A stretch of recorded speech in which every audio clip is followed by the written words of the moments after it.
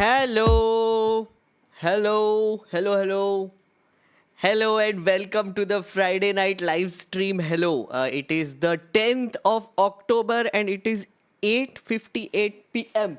Hello, hello, how you doing? How you doing, chat? I wasn't able to do the last Friday live stream because I was away and I've been doing members only streams this week, so I'm back. Hello, a lot of you might not have seen me in a while. I realize. Hello, non-members. Hello, especially. Hello. How is everyone doing? Hi. Hi. Did anyone's subscription get cancelled? Mine did yesterday, and today the UPI mandate for auto payment has been revoked. Oh my God! Again. Oh, this is so annoying. Oh, why do they do this to me? Like after I build up a nice membership base, they do this auto pay mandate cancellation and then my membership drops by half. It's literally overnight. So it's really sad, but okay. ठीक है कोई नहीं तुमको बस री-membership करना पड़ेगा I guess. Hello, how is everyone doing? How is everyone doing? By the way, just one quick update before we begin the matter of today's the agenda. Before I reveal the agenda, one update. Look, the poster is here. I am doing a show. It is called How to Lose an Election, and it is a stand-up comedy show.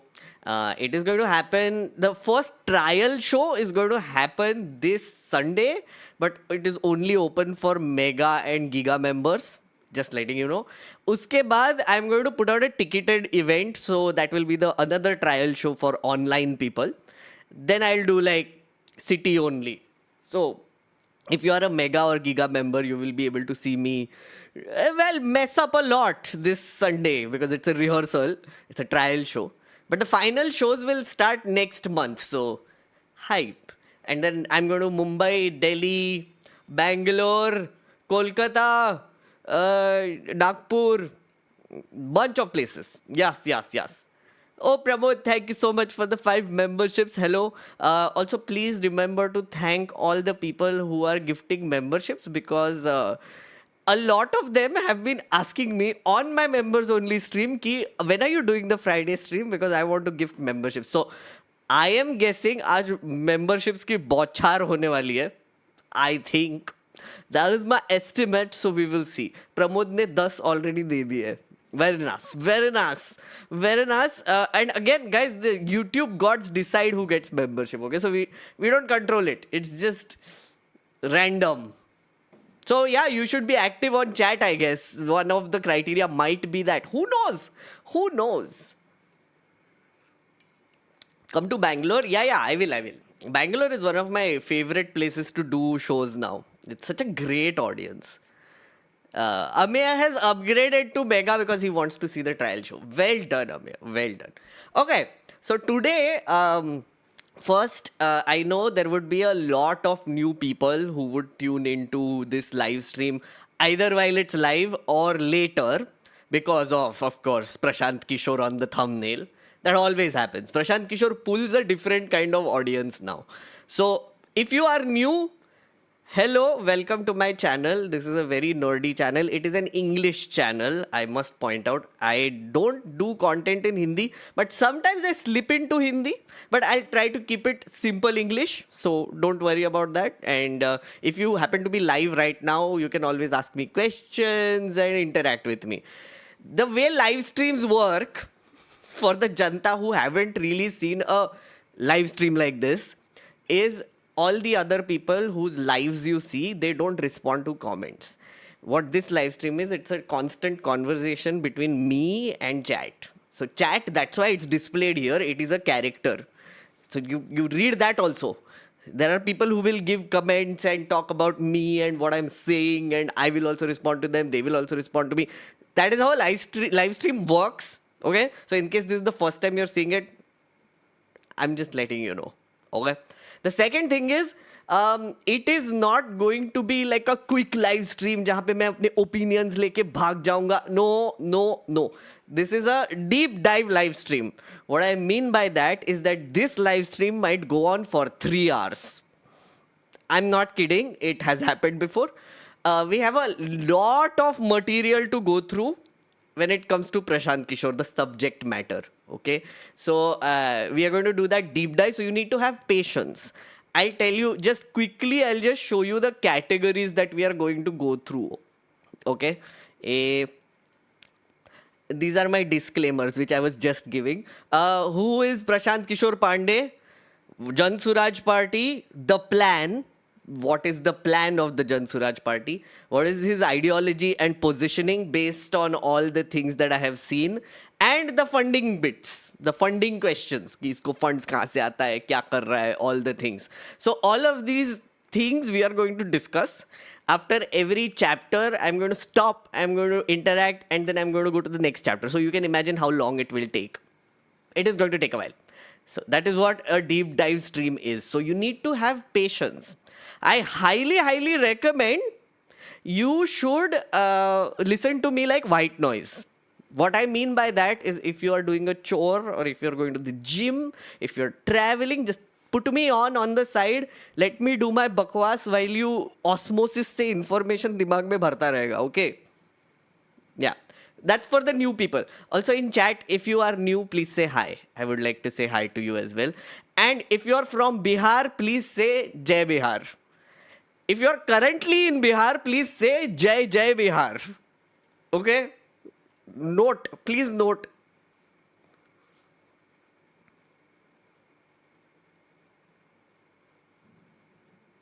Varniro is new. Hello. I haven't seen you before. Hello. Chal Bhai Chal is from Bihar. I love it. Leviathan Rishik is also from Bihar. Reflection doesn't like Bihar. I don't. You can be someone who doesn't like Bihar. It's okay.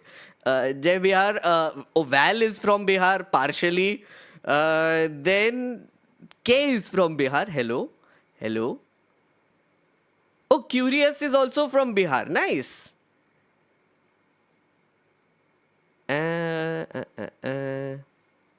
Hasan using shock collar ये यहाँ पे भी आ गए Hasan Piker is using shock collar तो यहाँ पे इनको चाहिए कुछ ना कुछ वो मैंने मेंबर्स ओनली स्ट्रीम में बोल दिया है pups you'll have to become a member for my commentary on Hassan Abi putting shock collar on dog because I did talk about it. Arey Saif is currently in Bihar. Very nice. Jai Jai Bihar. K is in Bihar. Srilok is in New York. Alex is currently in Bihar. Shreyanshi is new. Okay, so lots of a mix of people. Okay, now okay, I'm going to run a poll right now just to get an idea for all of us who is watching. Right, first is what do you think of Prashant Kishore?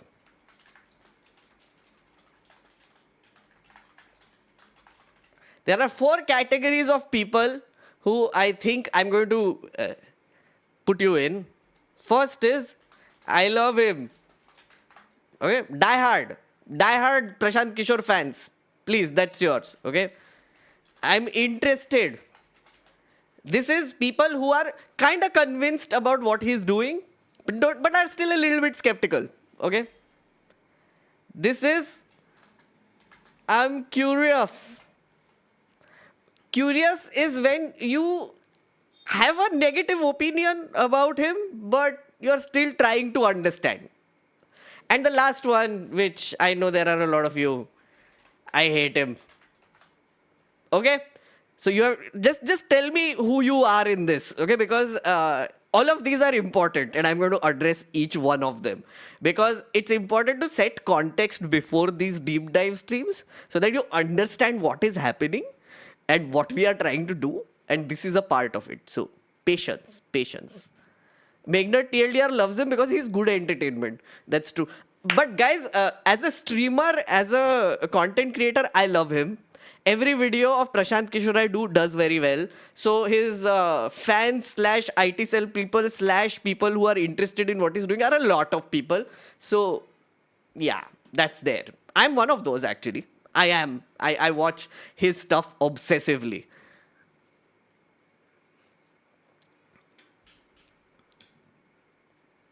Curious go lot of that way. Okay. You like him. Nishank likes him. Krish is from Mumbai. Hello. भाई प्रशांत interview please. उसके लिए मुझे बिहार जाना पड़ेगा, और उसके लिए एक तो मेरे पास फंडिंग नहीं है, प्लस ऊपर से यार it's a lot of logistical things. Okay, someone, anyone is saying he's a bigot. Okay, Kishore is weird. I love him. Please talk about Jan Suraaj candidates. Yes, Vabion, we will talk about the Jan Suraaj candidates. Again, I won't give you, I don't have many details about who they are, whatever. There are other channels doing that, but we will talk about some things that have happened around it. I feel he'll be another corporate crony when in power. That's why we are covering the funding part. I like what he says with logic and facts. Okay, interesting. I have to first know. Wait, I will have to know the party ideology from your lecture. Then only can vote. Oh, okay. Interesting, Sunny. That's actually a very good approach. Again, if you're thinking of this as a lecture, I'm flattered, Sunny. Please this is just like a chill live stream. आराम से धीरे धीरे हम प्रशांत किशोर के एक एक aspects खोलते जाएंगे। And if you're watching this later, I will put time codes also. So you can skip from chapter to chapter and you can see the relevant part that you want to see. If you're interested in his ideology and positioning, you can just jump to that back and forth and back and forth. You can do all of those things. पर अभी तो stream चल रहा है, अभी तो इनको पूरा देखना पड़ेगा। Professor Meghna, thank you. Thank you. I appreciate. I like the fact that he wants to keep Biharis in Bihar. Bhushan, actually, very interestingly, that is something that I have to talk about, the anti-migration stance. It's very interesting, I agree. Amey is saying, I don't know much, but he feels like what might happen when a consultant comes into power, like you like what they say before they got it, but you're not really convinced about it all. Interesting. That's an interesting perspective. There might be a lot of you, by the way, especially from non-Hindi speaking states who must be very curious also. Again, the reason why this channel is in English is because I talk to non-Hindi speaking people. So I like to go to the very basics all the time, right? So if you are someone who is curious about Prashant Kishore but doesn't know much about him, this stream is for you, essentially. Initially, I was going to do a series of videos, but then the amount of information that we managed to gather on Prashant Kishore, I was like, ye ek video will not do justice. So then now we are going to do a series of streams over this month till the elections. Okay, this is only part one of, I think it will be a trilogy. So first is we are going to talk about Prashant Kishore, who he is, what he intends to do, his plan. Second, we will talk about RJD, specifically Lalu Prasad Yadav, and of course Tejasvi Yadav as a result. And the third is we are going to talk about Nitish Kumar. So these three streams are what we are planning before the elections, and each of them will be deep dives. So please subscribe if you want like future deep dives. What my intention is that for you to understand the characters in the Bihar elections rather than anything else, right? मैं seat prediction नहीं करेगा. Right? मैं ऐसे cast vast में I don't understand it, so I will not go there. But what I will talk about is policies. I will talk about their strategies, their stands, and I will help you understand the ideology of all these players based on their history, civics, background, and give you a lot of information. That's what I'm doing. Talking about Bihar politics for non-Biharis, because I am a non-Bihari. So I'm talking to my brethren, technically. Again, if you're from Bihar, all the Jai Bihar people, please feel free to add context or counter me wherever you want to. Or you can also always leave comments. Again, I'm not saying I'm an expert on this. This is all information that I've collected. I have been following Prashant Kishore for a while now. I have seen a lot of his Padayatra stuff also, like his Jan Sabhas and a bunch of videos and interviews. I think I've seen practically all interviews of Prashant Kishore by now. So I have a pretty decent idea of his plan and his stand and everything. He's Kejriwal 2.0. I disagree. Syed, I do disagree with that for one simple reason. Because Kejriwal came out of a revolution. Kejriwal came out of a protest. It was a massive protest and Kejriwal came out of it. What Prashant Kishore is doing is not that. So he has done a Padyatra. He has started a movement, if you want to call it. Probably a little bit, but not really. It is a social movement. Social change movement for social change. Something like that I would categorize. There's a difference between both. And I feel like he is doing organization first and then fighting the elections. What Aam Aadmi Party did is the opposite, which is they immediately jumped into the fray and built an organization around it. You're skeptical about Prashant Kishore. It's always healthy to do that. So let's see what the results are. 13% love him. Okay, so there are 13% diehard fans of Prashant Kishore watching right now.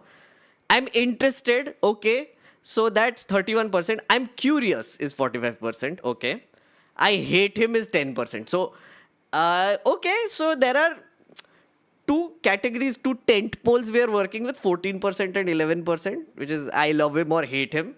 There are two tent poles in the middle, which is I am positively skeptical and negatively skeptical. So that is where we are at. But I'm glad that the third option is 45%. I would say I'm in the interested category right now at this point. So I am a little positively skeptical. But again, I came from curious. I never hated him. I never loved him. But I came from curious and I think I've converted into I'm interested. That's where I am right now. But I'm also interested to see if this poll changes later. Okay, so we will do another poll at the end of this to see if opinions have changed at all. Okay, we will get a good sense of where we are then. Hasanabi or Hasan Paikar? I mean, both are the same people. You can't go to Bihar, but you can call video call Prashant. He's a politician now, so there are high chances he will have set up. Yes, he doesn't do online interviews as far as I know. I had contacted his team an year ago where I was planning to go there. But funding ka problem ho gaya, matlab logistics ka problem ho gaya. But they said that they don't really do online interviews, so I'm going with that. And I think it's like in person is better that way. With someone like him.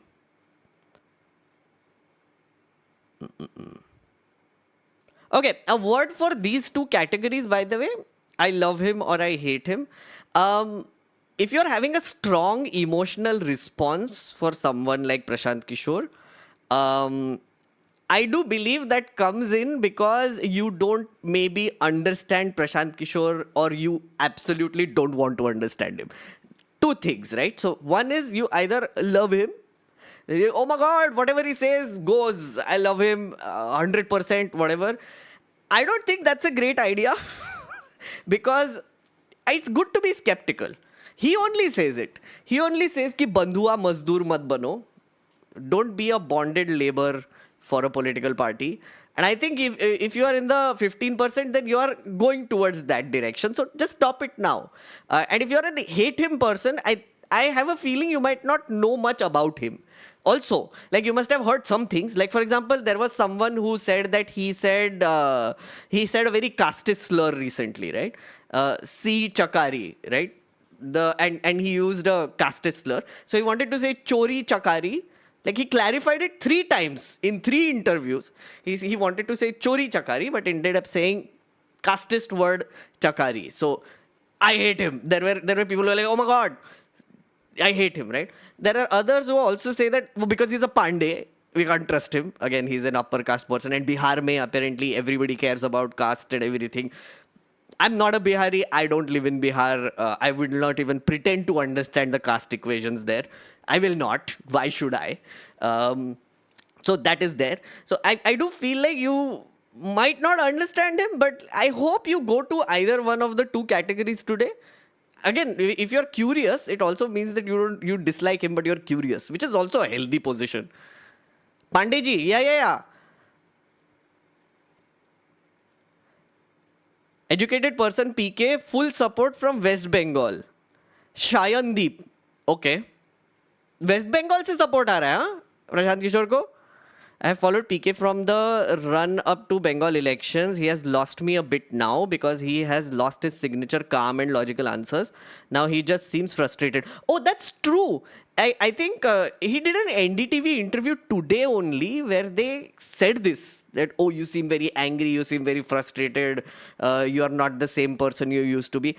Actually, in a few interviews, he's addressed that also. See, the thing is, he's giving so many interviews that a lot of questions have been asked to him already. So I can also tell you what he says about it. Only one pop avocado. Thank you for the support. Isn't Prashant Kishore the same person that started drinking water during the interview by Karan Thapar in 2024? Isn't he the same person who was promoting Maulana Godi? Maulana Godi? 2024? Yeah, he's the same guy. Prashant Kishore. I'll tell you who he is. Prashant Kishore is the same guy who went and predicted and said that BJP ka 400 par hoga. It didn't happen. But he still claims that out of the 4 or 5 predictions he did, one was wrong, the seat count. But other than that, everything was correct. Which is a strange way to put it. But okay. I get it. गलत हो गया उसका prediction. वो 400 पार बोल दिया था वैसे. 400 पार नहीं बोला था. He said 300 par, I think, not 400 par. Prashant Kishore was not 400 par, right, chat? He was saying 300 plus.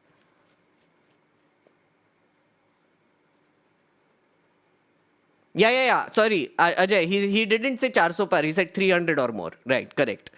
Yeah. He talks sense unlike other candidates. That, Aman, I agree with. I do agree with that. I think one of the things is I feel like Prashant Kishore is the only one right now in Bihar who is putting up interesting ideas forward when it comes to like policies and promises, which I find very interesting. Yeah, I'm a student of public policy. I'm a product of public policy. So I'm very interested in that. So I have a big section on that. कि उसका plan क्या है? What does he intend to do? He's the one who brought Voldemort to power. Yes, correct. Also true. I'm not denying that. Okay. Should we begin, chat? Should we begin our deep dive? Again, repeating, time लगने वाला है. So be patient with me and be patient with yourself also. I live on hopium. I am a person. You know what hopium is? You know when you are like optimistic for no reason. Okay, I mean, and you try to find reasons to be optimistic. I'm that person. Right? I'm hopium, right? So my overall stream will be a bit hopium fueled. Okay. What does the SIR mean for electoral politics? You think there will be fair elections in the future? Raghav, I will answer that question later. We will talk about it later. After we are done with Prashant Kishore, because I've been doing a lot of streams on SIR, so you can go to the last one also. I think I've already answered that, but later I will answer SIR related other questions also. Live in Beldur constituency, and PK released candidate from here, and I think he chose him on caste basis. Again, this is one of the things I will talk about. I was hoping for more younger and more educated candidates. Still hope from PK. Again, Alex, one of the things that people have been criticizing him for today and yesterday since he released the list is that he's been saying, I am away from caste politics and I am away from it. So when they saw the list and when the way it was announced, they said, Are, isne bhi to caste lines pe dekh liya. So I will tell you, there is a bit of a nuance to that. You can't take like 100% position on that. Because I'll tell you what happened. We'll get to that. पहले basic से शुरू करते हैं कि कौन है ये आदमी? कौन है रे Prashant Kishor? But even before that, I want to take you through the state of Bihar. Yes. I thought it was important, right? I mean, sure, you might be curious about Prashant Kishore, but do you know Bihar? I'm going to share a document right here. I'm not going to go through the whole thing. So this is for you. You can check it out. And there are some basics which will help you understand Bihar statistics and all the things. Let me show it to you also. Look at this. So this is a document which is full of statistics. It is multi-dimensional poverty, caste survey, healthcare, malnutrition, infant mortality, education, crime, unemployment. So all the big ticket items which you need to understand Bihar, they are right there, right? One of the basic things you will understand from Bihar is that it is a very diverse state. It is not easy. Okay, there are 4 major languages. This is a very nice tweet from one. What is this? Play with data 02. How to say how are you in different regions of Bihar?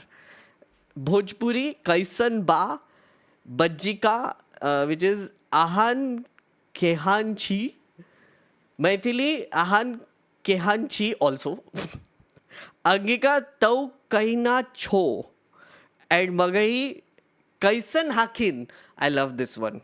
I love Magahi. Kaisan Hakin. Is that a correct pronunciation? Chat? People from Bihar? I don't know if my pronunciation, or I butchered it completely. I don't know. So look at this.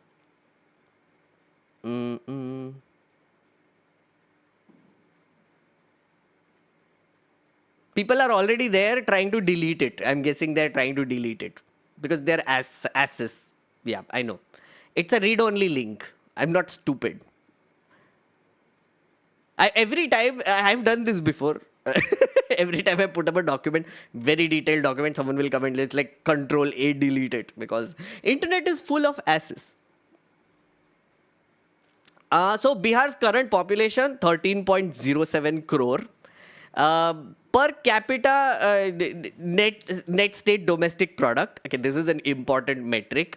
It is 32,227 right now. It used to be 22,776 10 years ago. Okay, so it has grown, but not by that much. It's based on a Lok Sabha question. So all the links are also given. Bihar basically is not doing great poverty-wise. Multi-dimensional poverty metrics are terrible. Again, this document has been made based on this only. For example, this is a big stat. The state is home for about 2.97 crore families, of which more than 94 lakh, which is 34%, live on rupees 6,000 or less a month, which is 200 rupees a day. Now, this is a stat which Prashant Kishore also keeps repeating. What he also says is that, sure, you can look at the data, but you don't get a feel of the data. He tells this very dramatic story about how he met someone, an old person who said that she was living on the pension, which is 400 rupees a month.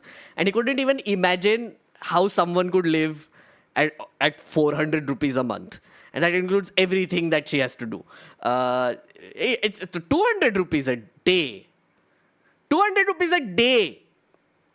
It's not great. 35% almost. Okay. इसको क्या हो गया?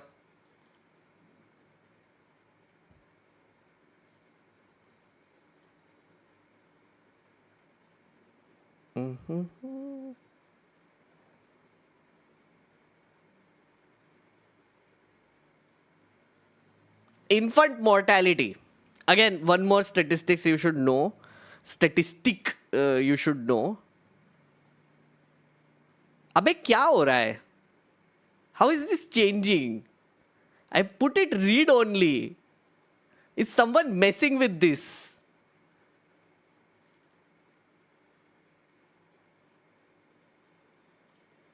How is it changing for me? The ruler thing, how is it changing for me? It's weird.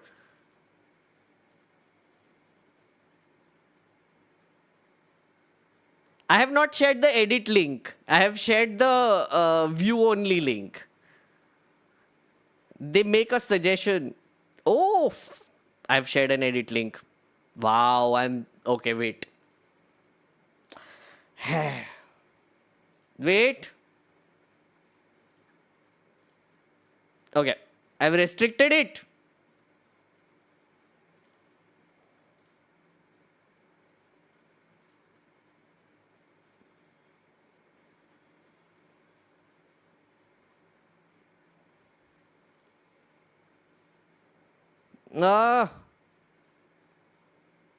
I have shared an edit link.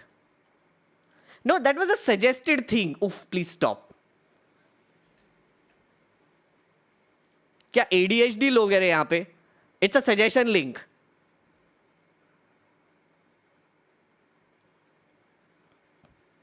Anyway, where was I? Yeah, infant mortality. Sorry, infant mortality.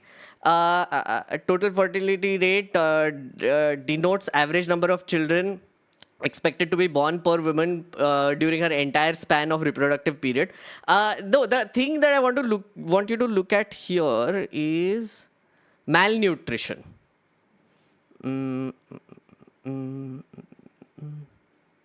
Yeah.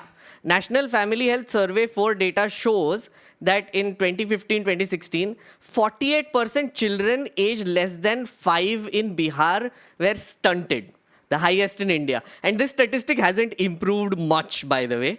Then there is education also, one more stat I wanted you to see, and then we will go to the next part. Where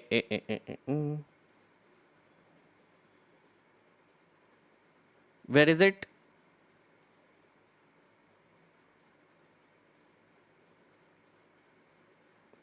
Wait, did I really share the edit link? Because it went away, I think.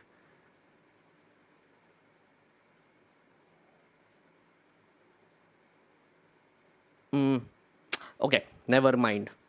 The one statistic I wanted to show you, which I think is in the Asar survey right now, is that only 50%, 52% of people in Bihar have cleared 10th.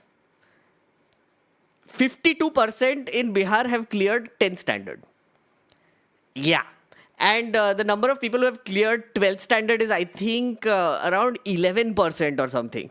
Very ridiculous stats when it comes to education also. I'm not going to restore the earlier version. I'll see later. But yeah, I just wanted to share that document anyway. You can go through it yourself.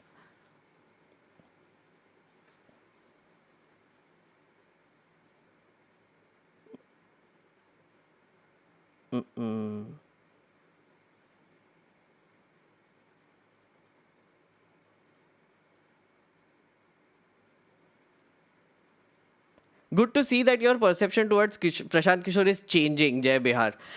It has been a journey. It has been a journey. Okay, I think Atharva came in and fixed it a little bit. Cool. So the document will be fixed. Yeah, I've restricted the link anyway, so it's okay. You will be able to see it in a bit. Unpin कर देता हूँ अभी के लिए. Okay, has the statistics changed here? I'm curious is 43% and 31% is I'm interested. Oh, I love him has increased to 18% and I hate him is at 9%. Okay. Okay, so more fans of Prashant Kishore have entered the chat. Please share only PDFs. Yeah, but then I also keep making changes to the document sometimes when I find more information. So I thought it's also good, but okay. Is Meghnad TLDR your channel? Yes, it is our channel. It is run by a separate video editor. But yes, it is very much my channel as well. I am someone who is mostly pessimistic about India's political landscape, but I believe PK and Jan Suraaj are something which I'm really excited about. And many young people should be too. I do like that. I do feel that also. I think a lot of supporters of Prashant Kishore are very young right now. Guys, can I tell you something? I have been looking at a bunch of YouTube videos / shows, especially since the Jan Suraaj ka first list came out.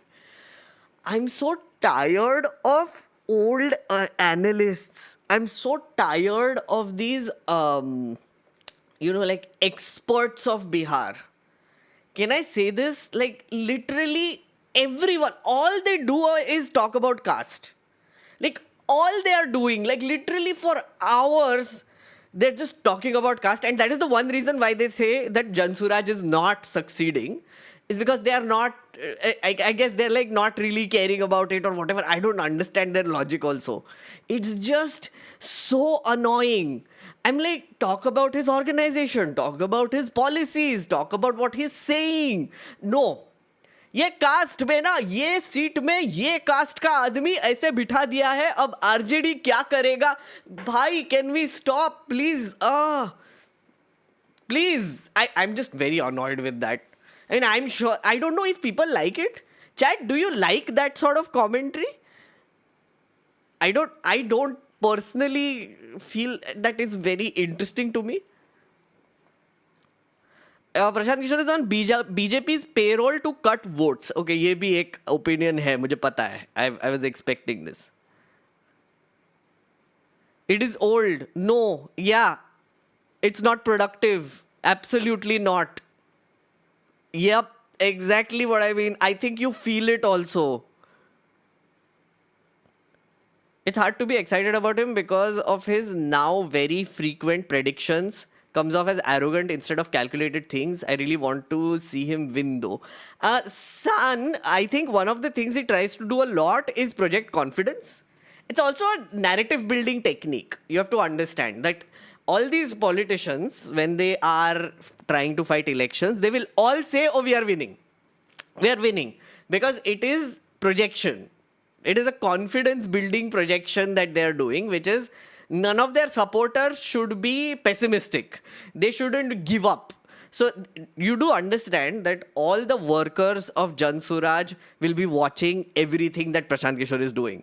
They will be working on the ground, and they will also be very aware of what Prashant Kishore is saying, because that is their party boss at the end of the day.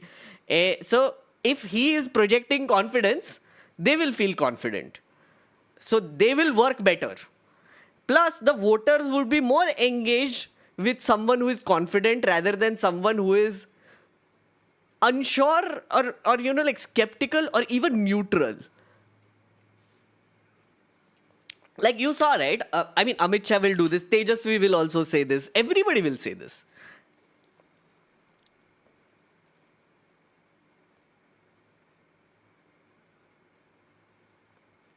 Your and PK's opinion on caste are the same. That's why he gets angry these days. Sayandeep, so one of the things, again, I'm sure caste is a factor in Bihar, but is it the only factor that everybody needs to talk about? That is my thing. Like, whenever people go to vote, I think caste might be one of the 10 factors that they consider. Honestly. But nobody talks about the other 9. Nobody is doing like hour-long shows on, I don't know, increasing credit dispersal in Bihar, which he talks about, by the way. Nobody talks about education in Bihar. Like, I mean, 1 घंटा spend करेंगे, नहीं करेंगे. Because that's not interesting, apparently. I don't know what it is exactly.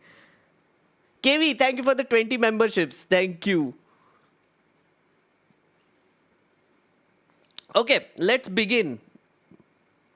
Let's begin with the Prashant Kishore saga.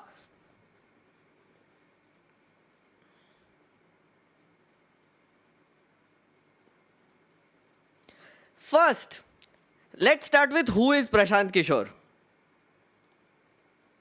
So, Prashant Kishore Pandey, yes, he's a Kayastha Brahmin. He is 48 years old currently, and he was born in 1977 in Buxar in Rohtas district in Bihar. He's very much a Bihari.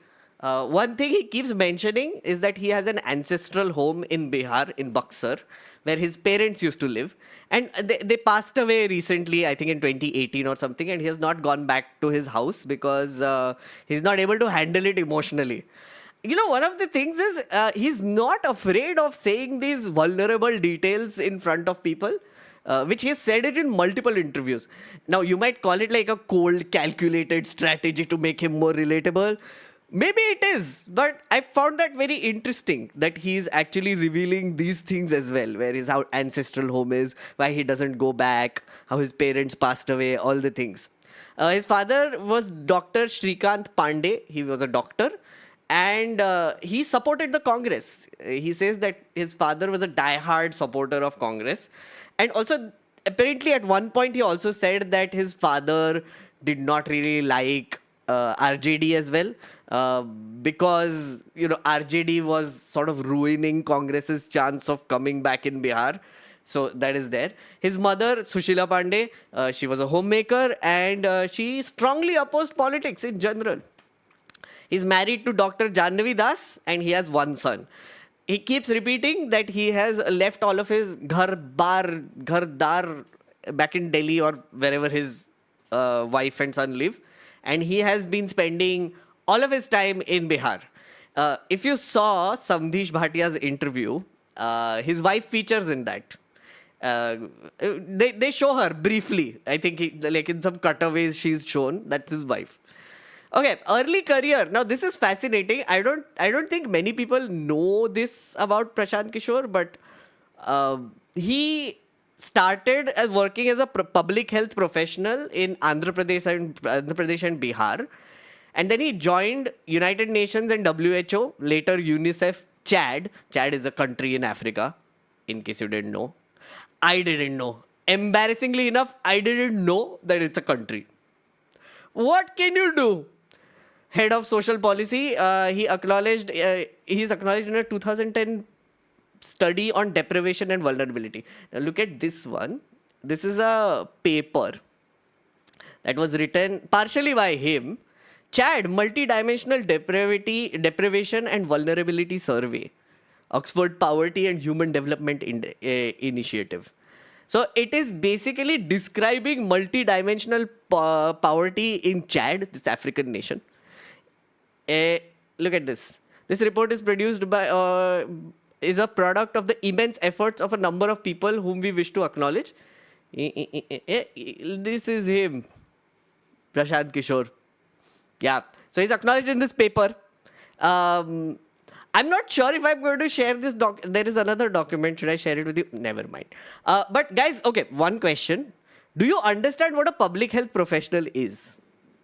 Do you know what a public health professional does?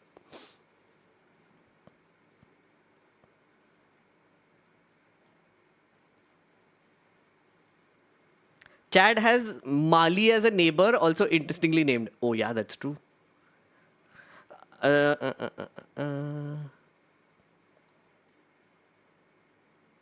Don't you think oppression still happens in Bihar? People would talk about it if they were still oppressed. Oppression, of course, happens in Bihar still. I mean, caste is very much a reality in Bihar, for sure. Okay, you don't know. There are a few people who don't know. So, a public health professional's job is basically they are like a policy analyst, right? What they do is they do research, like for example, multidimensional poverty in Chad, right? What does that mean is that they will do surveys, they will do research to find out certain things around certain parameters. They will focus on things like malnutrition, health parameters, and then they will suggest policy changes. Okay, so they will suggest like new laws, they will suggest new surveys that need to be done so that they need more information, some changes in current policies that can be implemented to, let's say, reduce malnutrition or reduce anemia or get rid of tuberculosis, diseases, vaccination. They will do a lot of stuff around vaccination awareness. So that is what a public health professional does. So they deal with a lot of data. Okay. But what is interesting is Prashant Kishore, right at the beginning of his career, had exposure to this whole thing, which is multidimensional poverty. He went to an African nation and did research there. But he came back and he continued to do that because that is how he met Modi ji. Interestingly enough, yes. He had a reputation as a data-driven health planner right at the beginning. Now, next phase comes in his life is political strategist, right? In 2007, he met Rahul Gandhi. and he pitched some ideas to him. And I think Rahul Gandhi in return said that he should help him establish a hospital in Amethi, but he refused to do it. And he returned to the UN after that. I think he was a part of the UN then. He mentioned how Rahul Gandhi was receptive but helpless back then. Now that's 2007 Rahul Gandhi that we are talking about. He met him a long time ago. 2011 report on India's health indices reaches Narendra Modi. So in 2011, he did a report which involved Gujarat. I think he did it in a few states in India. Again, the same multi-dimensional poverty sort of research that he was doing. It expanded to India, and then one of the states he was doing it for was Gujarat. He sent that report to Manmohan Singh also, by the way. He sent it to the central government. And the central government passed it on to other chief ministers, relevant chief ministers. One of them was Narendra Modi. So Narendra Modi invited him to Gandhinagar to talk to him. That meeting turned from a 15-minute meeting to a 90-minute meeting. That's what he says. And immediately he was appointed as Gujarat's social sector policy advisor. He was social sector policy advisor to the Gujarat chief minister, was Narendra Modi, in 2011. Then he started getting interested in elections. So in 2012 till 2014, he helped design BJP's communication machinery, which you see still active today. So he's one of the people who came up with Chai Pe Charcha, Manthan, and also like set up the social media operations. I say one of the people because there were multiple people involved in this. Some of the names I will tell you later also. Now, he's one of the people who... Okay, I need to explain this a little bit better. Political strategists as a profession, basically what they do is they do what he used to do, which is they do surveys, they collect data from the ground, they understand what the people want, and then they help the candidate craft their message and narrative according to what people want. That's the idea of a strategist, right? That is what he mastered at, setting narratives. So he's a master of narratives. So what we credit Modi ji for, yes, similar qualities there. Right? So what political strategists also do not do is they do not come in public. It's actually, I don't know if it's a very strange thing because Prashant Kishore is one of those rare cases where backroom strategist has decided to come and become a face. Right? Because usually what they do is they help these politicians become who they are and then they withdraw. They're always in the background. And then they go to maybe the next one, then the next one, then the next one. What Prashant Kishore though did is that he was very much in the front and he started taking credit for it also. And he's been taking credit for years now. He uses it still. Now, he was a part of this organization called Citizens for Accountable Governance. Chat, have you heard of this organization? The abbreviation is CAG. I don't know if you know, but when this organization was formed, there was another CAG that people were talking about, which was the Comptroller Auditor General. Remember in 2012, 2013, the Anna Hazare movement was happening. And the whole reason why it happened was because of a CAG report.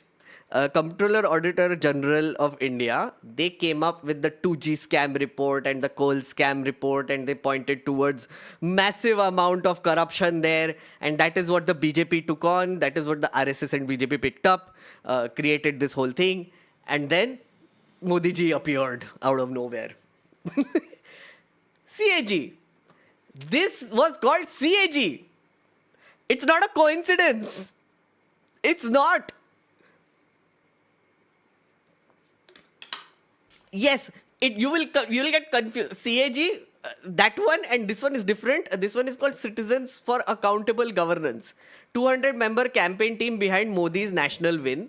It broke away from BJP after elections because Modi wasn't giving him much work. So he claims that after Modi ji won, He went to him and he proposed certain ideas to him, policy ideas. But Modi ji didn't give him much time, or he was busy. So I think like about 6 months he waited for, and then he realized that no, the man is too busy and he doesn't have time for me anymore, so he quit. Now there is an alternate version that I have heard of this, and there are like a few people who have said this, is that after Modi came to power, Amit Shah immediately took over the election machinery. Like immediately, right? And then he left little space for anyone else to function, and this includes Prashant Kishore. Because Prashant Kishore might have been calling a lot of shots earlier. Maybe he wanted a bigger position like the one that maybe Amit Shah has. Who knows? And that's why he quit. Alternate version. His version is मुझे काम नहीं मिल रहा था. Alternate version, Amit Shah ने निकाल दिया. मतलब Amit Shah sort of squeezed him out. 2015, he leaves and founds IPAC, right? IPAC he founded with Pratik Jain and Rishi Raj Singh. Both are former IITians, and Vinesh Chandel from National Law University of Bhopal. These people were also a part of CAG. They were also a part of Team Modi. Just saying. So he was not the only one who started. These people, Pratik Jain, Rishi Raj Singh, Vinesh Chandel and other people are still very much active. They are still strategists. They still advise political parties. Just that they don't come in public. Prashant Kishore is an exception. He came in public. I keep repeating this because he's an anomaly that way. Then in 2015, he joined Nitish Kumar's JDU and successfully strategized the 2015 Bihar assembly elections. So IPAC helped them, and they won like a massive mandate for Nitish Kumar. Then 2016, he joined Congress. Again, when I say joined, I don't mean that he joined the party. Like joined as a client relationship, I guess. He helped Amrinder Singh win Punjab, and he's credited for that Congress victory also. 2017, he tried to help out in Uttar Pradesh elections. Now, if you remember, in 2017, Congress had fielded Priyanka Gandhi. That was the first time Priyanka Gandhi was making a foray into politics. And that apparently one of the theories or one of the things that I've heard is that he is the one who sort of pushed that. Which is like, if you want to counter someone like, counter something like BJP, then you need Priyanka Gandhi to come to the fore or do something about it. But like, I don't think it worked out back then. But later, I think they did follow it up, and Priyanka Gandhi became more active later years. 2017 is the year that Yogi Adityanath first became Chief Minister of Uttar Pradesh. So, वहाँ पे नहीं चला. 2018, he came back to Nitish Kumar. Okay, to organize the JDU, he became the vice president. Look at this. Prashant Kishore is JDU vice president. He's credited with spearheading and winning the 2015 campaign of the Grand Alliance in Bihar. Kishore's elevation will help the party reach areas where it has not reached before. I am grateful for the responsibility and the honor of leading the party. I am committed to Bihar and Nitish ji's idea of social justice and development. This was Prashant Kishore after he got appointed. However, Prashant Kishore's elevation has not gone down with some party leaders holding key positions. Only time will tell what difference he makes for the party's future and its vote bank, said one of them, requesting anonymity. Party sources told Hindu that Mr. Kishore's immediate challenge would be upcoming 2019 general elections and party's coordination with its alliance partner BJP. Mr. Kishore enjoys a good relationship with top BJP leadership. Again, notice the year.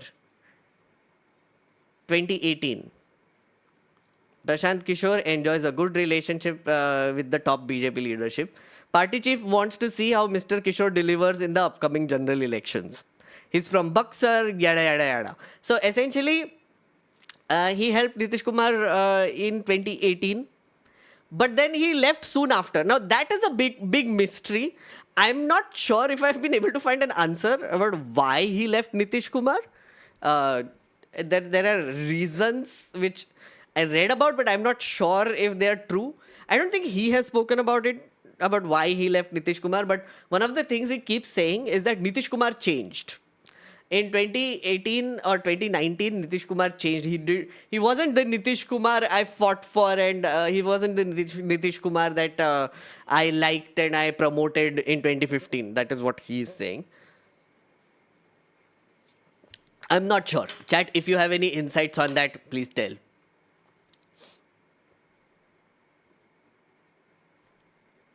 Nitish Kumar अपने politics में हमेशा दो leaders को अपने नीचे करते हैं ताकि वो दोनों लड़े. Okay. He said he left because CAA. Because of CAA? Oh, yeah, one of the... Oh, did he say that? Oh, I think, yeah, you're right, Ronit. I think I've heard him say this, that... I'll confirm, chat, but I think he's right. What I think Prashant Kishore had said was that Nitish Kumar was supporting the CAA as an alliance partner of the BJP, and he didn't agree with that, and he started making statements, and that's why he was... Either he left or was he kicked out? I don't know. Maybe he left. Nitish Kumar had said PK suggested once that he merge JDU with Congress. And Nitish Kumar says PK tried to steal his party away from him. Oh, उनका भी narrative अलग है. Okay, interesting. He said it multiple times. Okay, CA NRC बाद में हुआ था. Okay, बाद में नहीं हुआ था. 2018 में ही तो हुआ था ना. 2018, 20... No, you're right. Okay, this timeline is a little off. I don't know the reason. That's why I'm asking. Was it Prashant Kishore or someone else? He left, later announced kicked out. Okay. He was kicked out. Okay. I think he was giving some anti-party statements. That much I remember. Some anti-party statements he had given, or someone, like he was saying a lot. Like he was not following the party line, I guess. 2019 end May, around 2018-19 only. Okay. I hope you keep this stream free for at least 24 hours after you finish. No, it's going to be free forever. It was him and Pawan Verma at the same time. Booted. Oh, right. Okay. They were kicked out. Nice. Nice little detail. Nice little detail.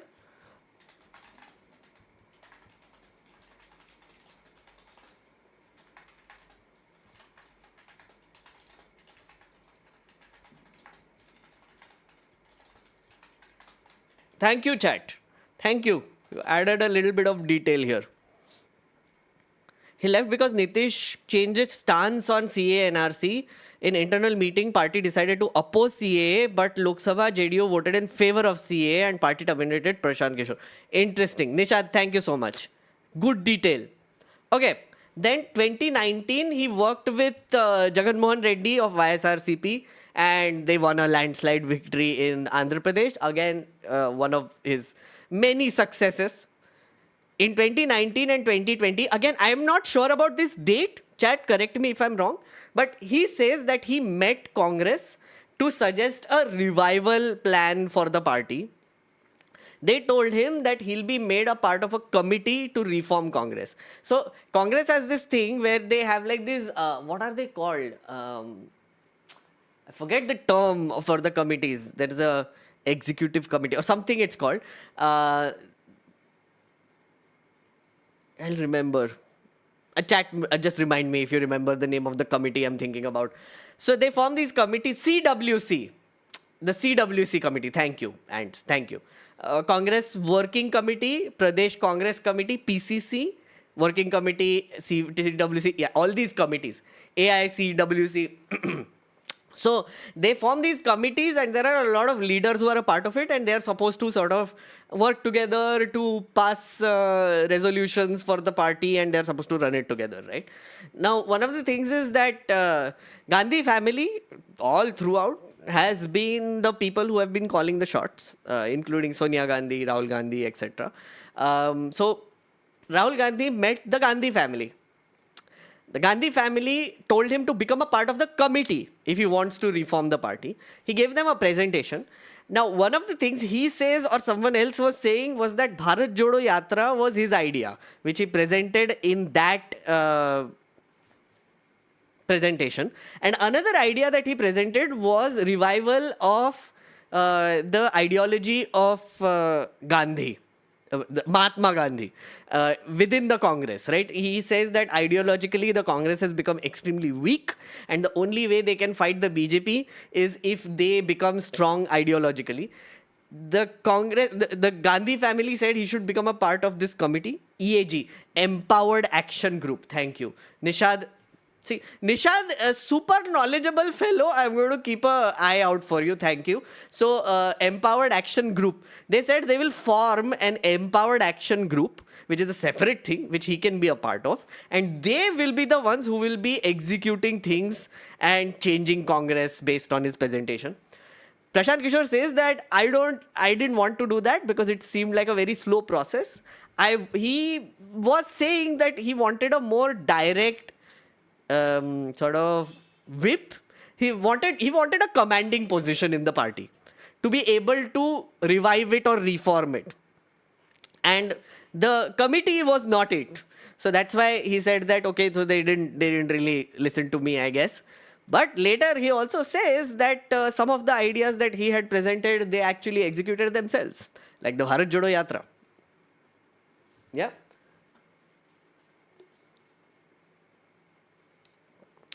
I can bet that Prashant Kishore will get more votes than Meghnad did in elections. Oh, absolutely, 100% he will.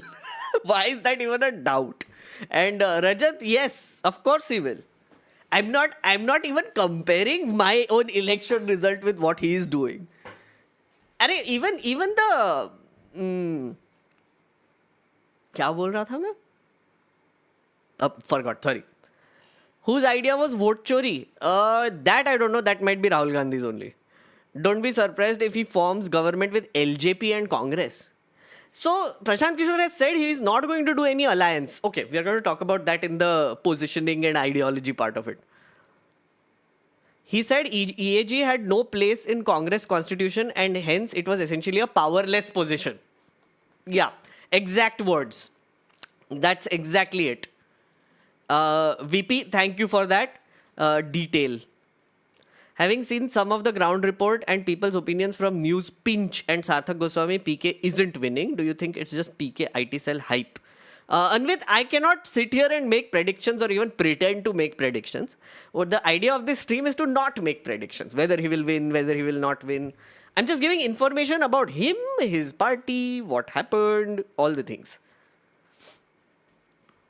All right. So in 2021, he helped TMC and they won the Bengal elections, like the famous Mamata Banerjee ko jitaya and BJP will not get, which it will be in double digits was the thing that he was saying constantly.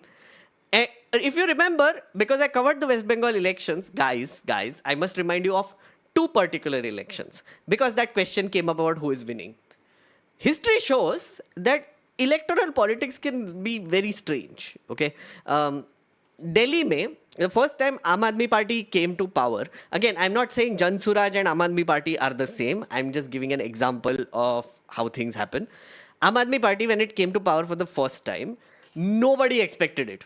Like literally all old fogies and experts on all channels were saying that there is no chance Aam Aadmi Party is winning even 2 seats or 3 seats. All the polls were showing 0 or 2.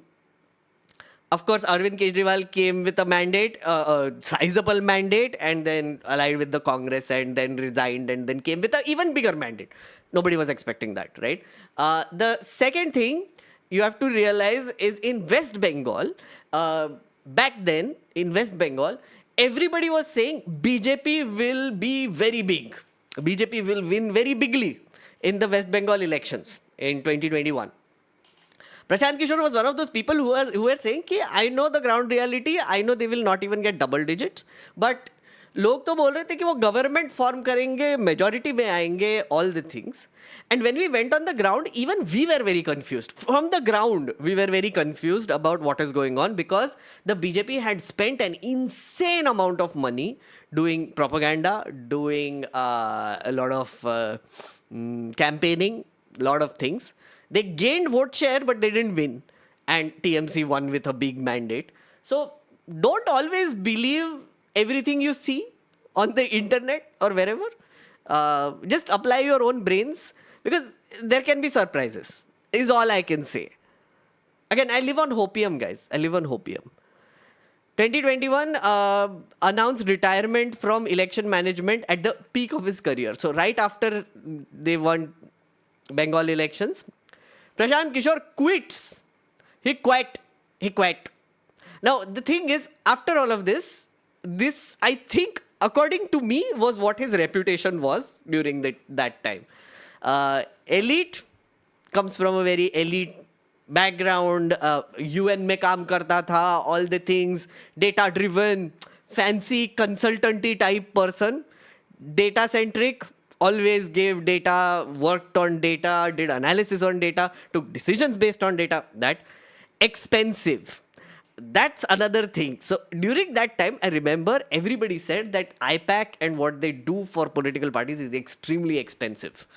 And now he claims it also that 100 crore charge करते थे, 200 crore charge करते थे, whatever it is. He is someone without, at least during that time, everybody saw him as someone who does not have any ideology because he was switching parties one after the other. And he only cared about the outcome, which is the results. So I would say during this time, he was a political mercenary for hire. Chat, do you understand what that means? I need to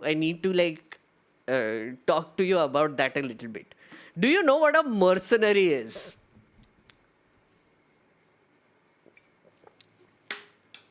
Data analysis, election strategy, good speaker, PK is total combo. Okay, fair. Those are good qualities to have. Okay. He's a sellsword, yes. Gun for hire, correct. Hitman, okay, fair that way. Mercenary, again, you're associating it with violence, but mercenary, sure, I mean, in those terms. Work for money, yeah. There was a contra tweet by PK to NK which triggered the later. What a fall for you to lie about how and why you made me join JDU. Poor attempt on your part to try and make my color same as yours. Oh, okay.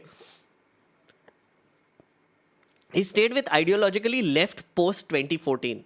I mean, would you call Jagan Mohan Reddy really a left politician? I would disagree with that a little bit. Assassin, okay. So, I get Bhade ka tattu. Yes. Bhade ka tattu. A goon, a thug. No, the thing is, mercenary. Now, connect the two ideas. Consultant, political strategist, mercenary for hire. Prashant Kishore was a mercenary for hire. He has no ideology. He has clients. There's a difference. He has clients. He's not ideologically aligned with the parties that he's working with. He will look at a party. For example, he will go to a Mamata Banerjee, right? And he will be like, okay, Mamata Banerjee, here is the initial presentation of what I think is happening right now in West Bengal. And this is how I think people perceive you. For example, first thing he did when he went to West Bengal, and this is something I know because I found out. He did a survey first, before going to Mamata Banerjee, he did a survey to find out what people think about TMC. One of the big things that came out in the survey was that the local leadership of TMC was extremely violent and corrupt. Like, they were literal gundas, right? Like, there were people in places like Barakpur and Amdanga and a bunch of other places like Shanti Niketan, what constituencies that I forget. Jhargram mein there were a few, Diamond Harbour, all these places. Oh, Nandigram also. What Prashant Kishore said is that all these people, they collect money in the name of TMC and keep it for themselves. That's basically what he found in the survey. So what he advised Mamata Banerjee to do is either kick out all those people or punish them. And Mamata Banerjee did that. Like 1.5 years before the elections, Mamata Banerjee went on a rampage. Okay, she went on a literal party purge because Prashant Kishore told her to. The second thing that he also suggested was that she should appeal to the women vote of West Bengal. They launched 3 main schemes. One was a scholarship scheme. One was I believe it was a healthcare scheme with a card, and the other was a basic income scheme, partially basic income or an entrepreneur scheme. So 3 women-directed schemes he launched in the name of Mamta Banerjee and built the campaign all around it. So that's what Prashant Kishore does, right? He has no ideology. He goes to a politician. He says, okay, these are the things that are going wrong. These are the things that we can improve. And then he makes a strategy around it and executes it. He's a consultant. So he will go to a Jagan Mohan Reddy, he will go to a Narendra Modi, he will go to Nitish Kumar, and he will do the same thing with all of them. Ideology doesn't matter. Because in a very strange way, he knows that every politician will either have an ideology or pretend to have an ideology. And they will play it up. So his job as a mercenary is to follow the ideology of whoever his client is and try to pump it up. So he has no ideology of his own, right? That is what he was back then. As far as his profession is concerned, okay? Personally, he says now that he is, as someone also pointed out, he was always center left and he was a Congressi, like his dad. So he always has his sympathy towards Congress, but he clarifies he likes the Gandhi ka Congress, which is 40s, 50s ke time mein, whatever Congress was there, he really likes that. He really admires not only Mahatma Gandhi, Ambedkar, but also Jawaharlal Nehru. He speaks about Jawaharlal Nehru also. So he says that his personal ideology, as far as he is concerned, aligns more with the Congress of the old rather than any other party. Not the BJP for sure. That's what he's saying. So differentiate personal ideology, mercenary. Mercenary has no ideology. It's only clients. Personally, had ideology, did nothing about it. Okay, clear? Chat, are you with me so far? And are you enjoying yourself? If you're enjoying yourself, please say Jai Bihar. And if you're learning new things.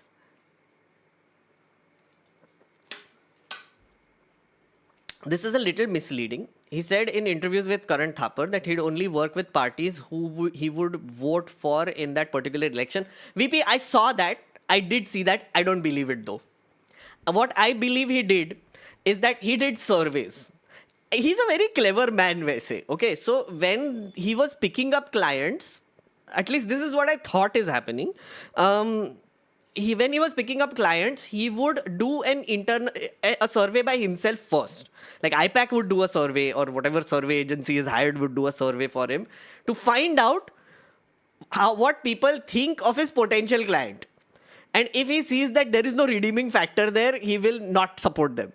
But if there is a redeeming factor there, then he would make them his client. I feel like he picked his clients very carefully. That is how I would say it.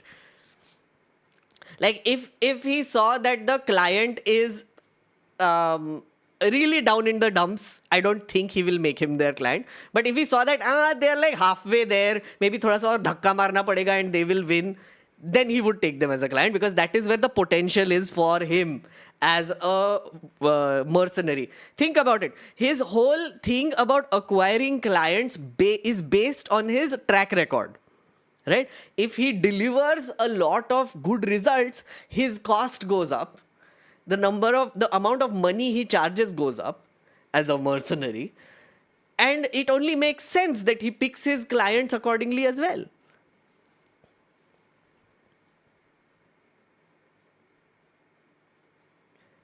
Okay, a lot of people are with me and they are enjoying it. Amazing. Thank you. Don't you think he talked too much as a political consultant? Yes, Langru, I did point that out earlier. I made that distinction, which is political consultants are in the background, usually. He is an anomaly.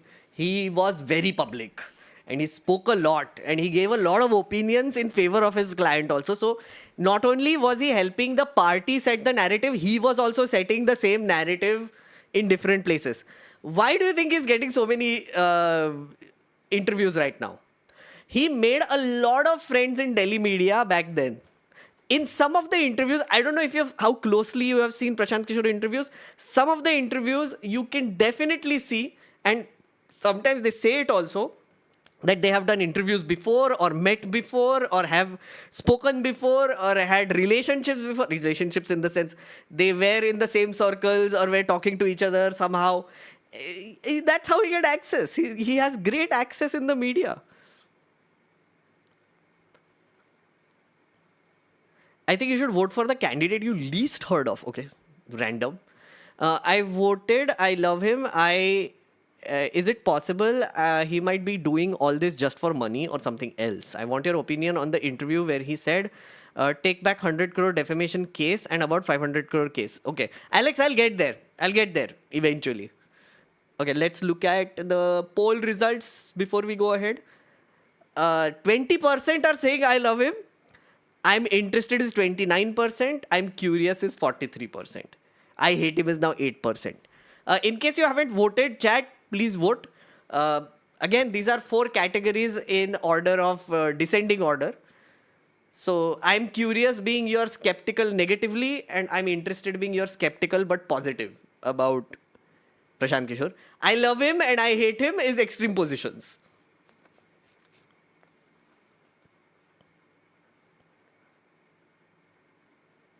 Didn't PK complete last Bihar election? Complete? He did by-polls. We'll come to that as well. Okay, moving on. Super chat भी देख ले क्या? Do you remember me by any chance? I'm a vegan guy. Oh yes, I remember you. Hello, thank you for the 1 month. Thanks for what you're doing. I love the deep dives. Thank you, Arjun. He also said BJP won't cross 100 in West Bengal. Yes, I mentioned that. Well, thank you for the 5 memberships. Evening follow-up question from yesterday. What would be more appropriate? Will it be super chat or gifted memberships? Please gift memberships. That would be excellent. Like, I mean, memberships is the way to go. Because other people benefit. I benefit. They get to see more content. It all works out for all of us. Memberships, always welcome. Gift memberships. Okay, now let's go to his next phase. The most exciting phase which we are in currently right now. The Jan Suraaj party. Right. So, after all of this, after he had quit on October 22nd from the Gandhi Ashram in Champaran, he launched a Padyatra. He launched a Padyatra first. Look at this. सबसे कठिन काम है समाज से सही लोगों को ढूंढ कर निकालना। तो जैसे दही को मथते हैं तो मथते मथते मक्खन निकल आता है, वैसे समाज से सही लोगों को अगर निकालना है तो समाज को मथना पड़ेगा। समाज में जाकर लोगों से मिलना पड़ेगा, उनके बारे में जानना पड़ेगा, उनसे संवाद परिचय करना पड़ेगा। उसी दिशा में आज आपके सामने बैठे हुए हैं। और अभी से लेकर सितंबर तक, अगले 4 महीने तक जितने लोग ऐसे आ रहे हैं मिलने के लिए, 5 मई को मैंने बताया था 17,500-18 हज़ार लोग हैं जो मिलना चाहते हैं। अभी वो संख्या बढ़ के हो गई 70,000। वो हमारी ताकत नहीं है, वो नीचे लोगों की छटपटाहट है जो नया विकल्प ढूंढ रहे हैं। लेकिन इससे बात नहीं बनेगी, इसलिए बड़ा प्रयास करना पड़ेगा। इसलिए तय किया है कि 2 अक्टूबर से गांधी आश्रम पश्चिम चंपारण से पदयात्रा शुरू करेंगे। हर गांव, हर शहर, हर गली, हर मोहल्ले, हर पंचायत में पहुंचने के लिए पूरे बिहार में एक बार जाने का प्रयास करेंगे। समाज में जो जहां अच्छा व्यक्ति है, जिसका भी दरवाज़ा खटखटाने की ज़रूरत है, जिससे भी जाकर संवाद स्थापित करने की ज़रूरत है, उनसे मिला जाए, उनसे बात किया जाए। एक बार 2 अक्टूबर को चलना शुरू करेंगे तो पूरा बिहार जब तक कंप्लीट नहीं हो जाए तब तक घर वापस नहीं जाएंगे। ऐसा नहीं कि 1 महीना चले और 10 दिन ब्रेक ले रहे हैं। 2 अक्टूबर को चलना शुरू करेंगे तो जहां शाम हुआ उसी गांव में रुकेंगे और अगले दिन वहीं से चलना शुरू करेंगे। This is important. पूरा बिहार करने में 1 से 1.5 साल का समय लगेगा। मुझे कोई हड़बड़ी नहीं है। 1.5 साल भी लगे तो बिहार के हर गली, हर मोहल्ले, हर शहर, हर गांव, हर ब्लॉक में पहुंचना है। तो पूरा प्रयास आने वाले 1-1.5 साल में समाज को मत कर अच्छे लोगों को निकालने का है. So that is how he launched his Padyatra.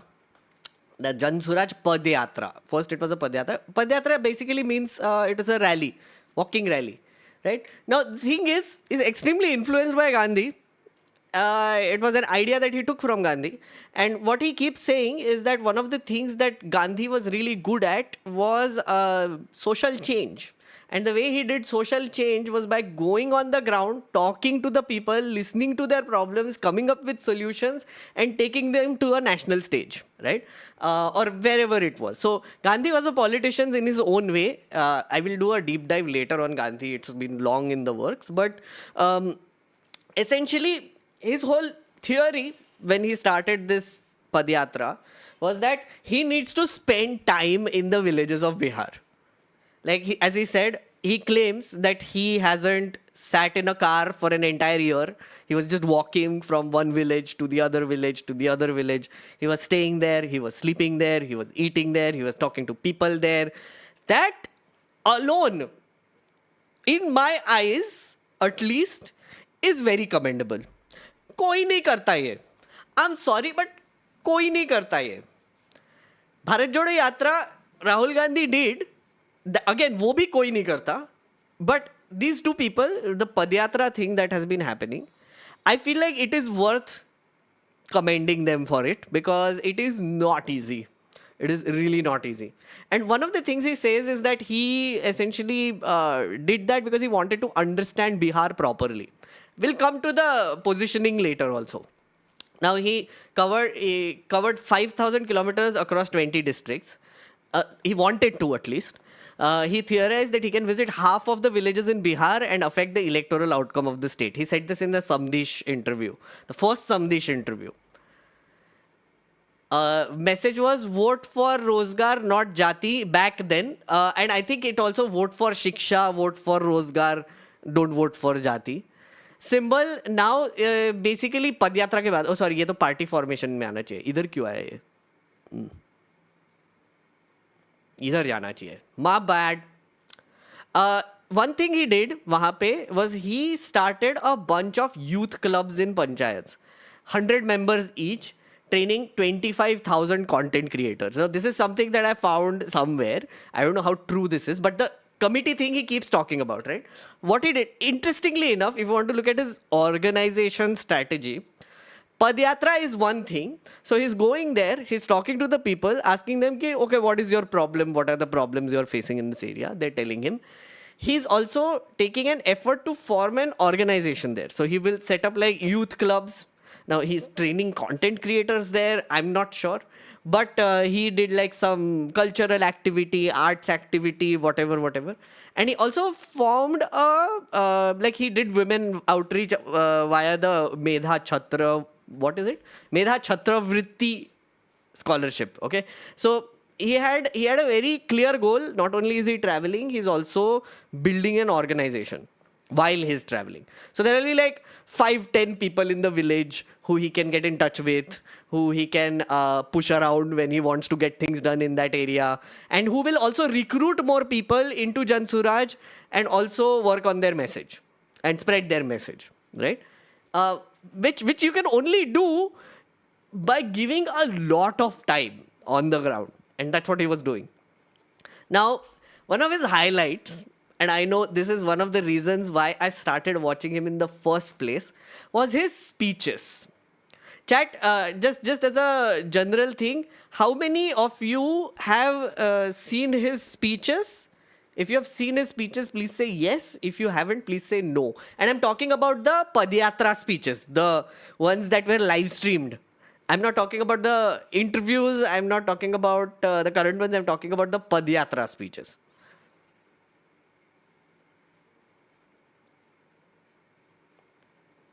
No. Okay. A bunch of you haven't. Okay, a lot of you have, but most of you haven't. We have covered his speeches on this channel a while ago, when he was doing the Padyatra. I think it was one of my first videos, almost like some first reaction video that I had done like 1.5 years ago. But okay, what I'll do is let me play some bits for you. This is one of the speeches that he had given a month ago. Okay.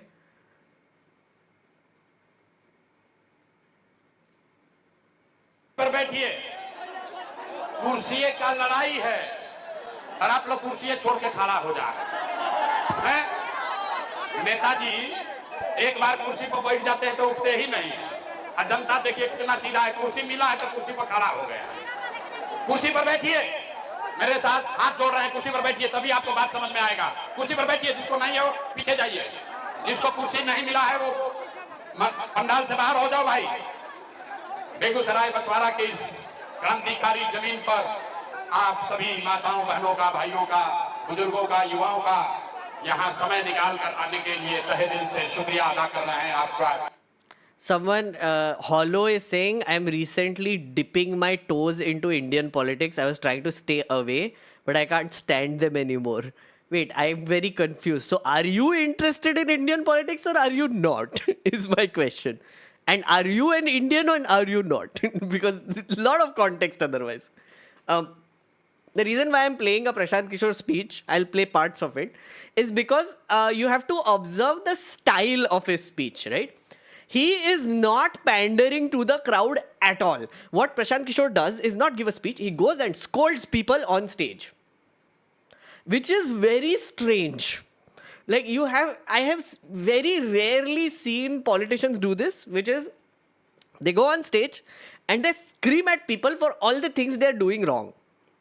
Which is they're voting shittily, their choices are bad, they're doing terrible things, they're not caring about their children, you don't care about your rozgar. So he's scolding them, literally. And in your face telling them that, bhai, tum rehne do, if you don't want to improve yourself, then tum jao, gaye gujre ho tum log, right? And his whole thing is that he wants people of Bihar to have more pride in themselves.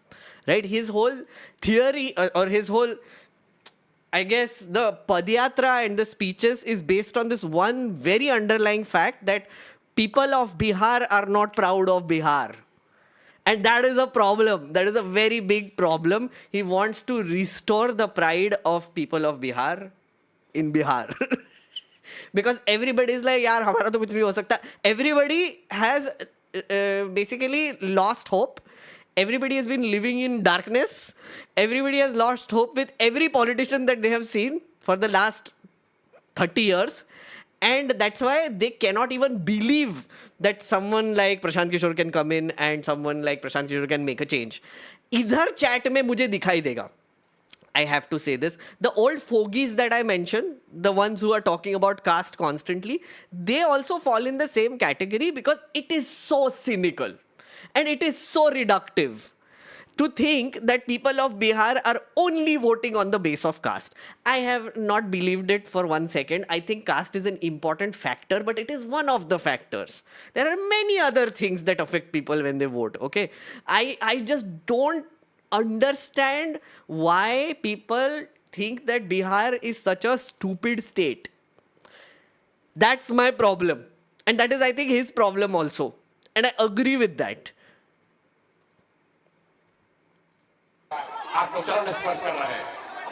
मंच पर बैठे हुए मेरे जन सुराज के सभी साथी, वो नेतागण जिन्होंने जन सुराज के इस विचार को, इस प्रयास को घर घर पहुंचाने में मेरे साथ कंधा लगाया है, आपको यहाँ बुलाने में अपनी ताकत लगाया है, उन सभी साथियों। Nishad is saying this is not speeches of Padyatra. This is his speech of his campaign, Bihar Badlav Sabha. Yes. I'm not playing the Padyatra speech. I'm playing the one from 1 month ago. But I think the reason why I chose this is because the content of this speech matches with what he was saying earlier. Just that it's better quality and more people. का भी मैं धन्यवाद कर रहा हूं, उनका शुक्रिया अदा कर रहा हूं। हमारा ही नाम है प्रशांत किशोर और हम कोई नेता नहीं हैं। आप लोग यहाँ जुटे हैं मैदान में ये सुनकर समझ के कि बिहार में कोई एक नया दल बना है जिसका नाम है जन सुराज और इसका कोई नेता है प्रशांत किशोर।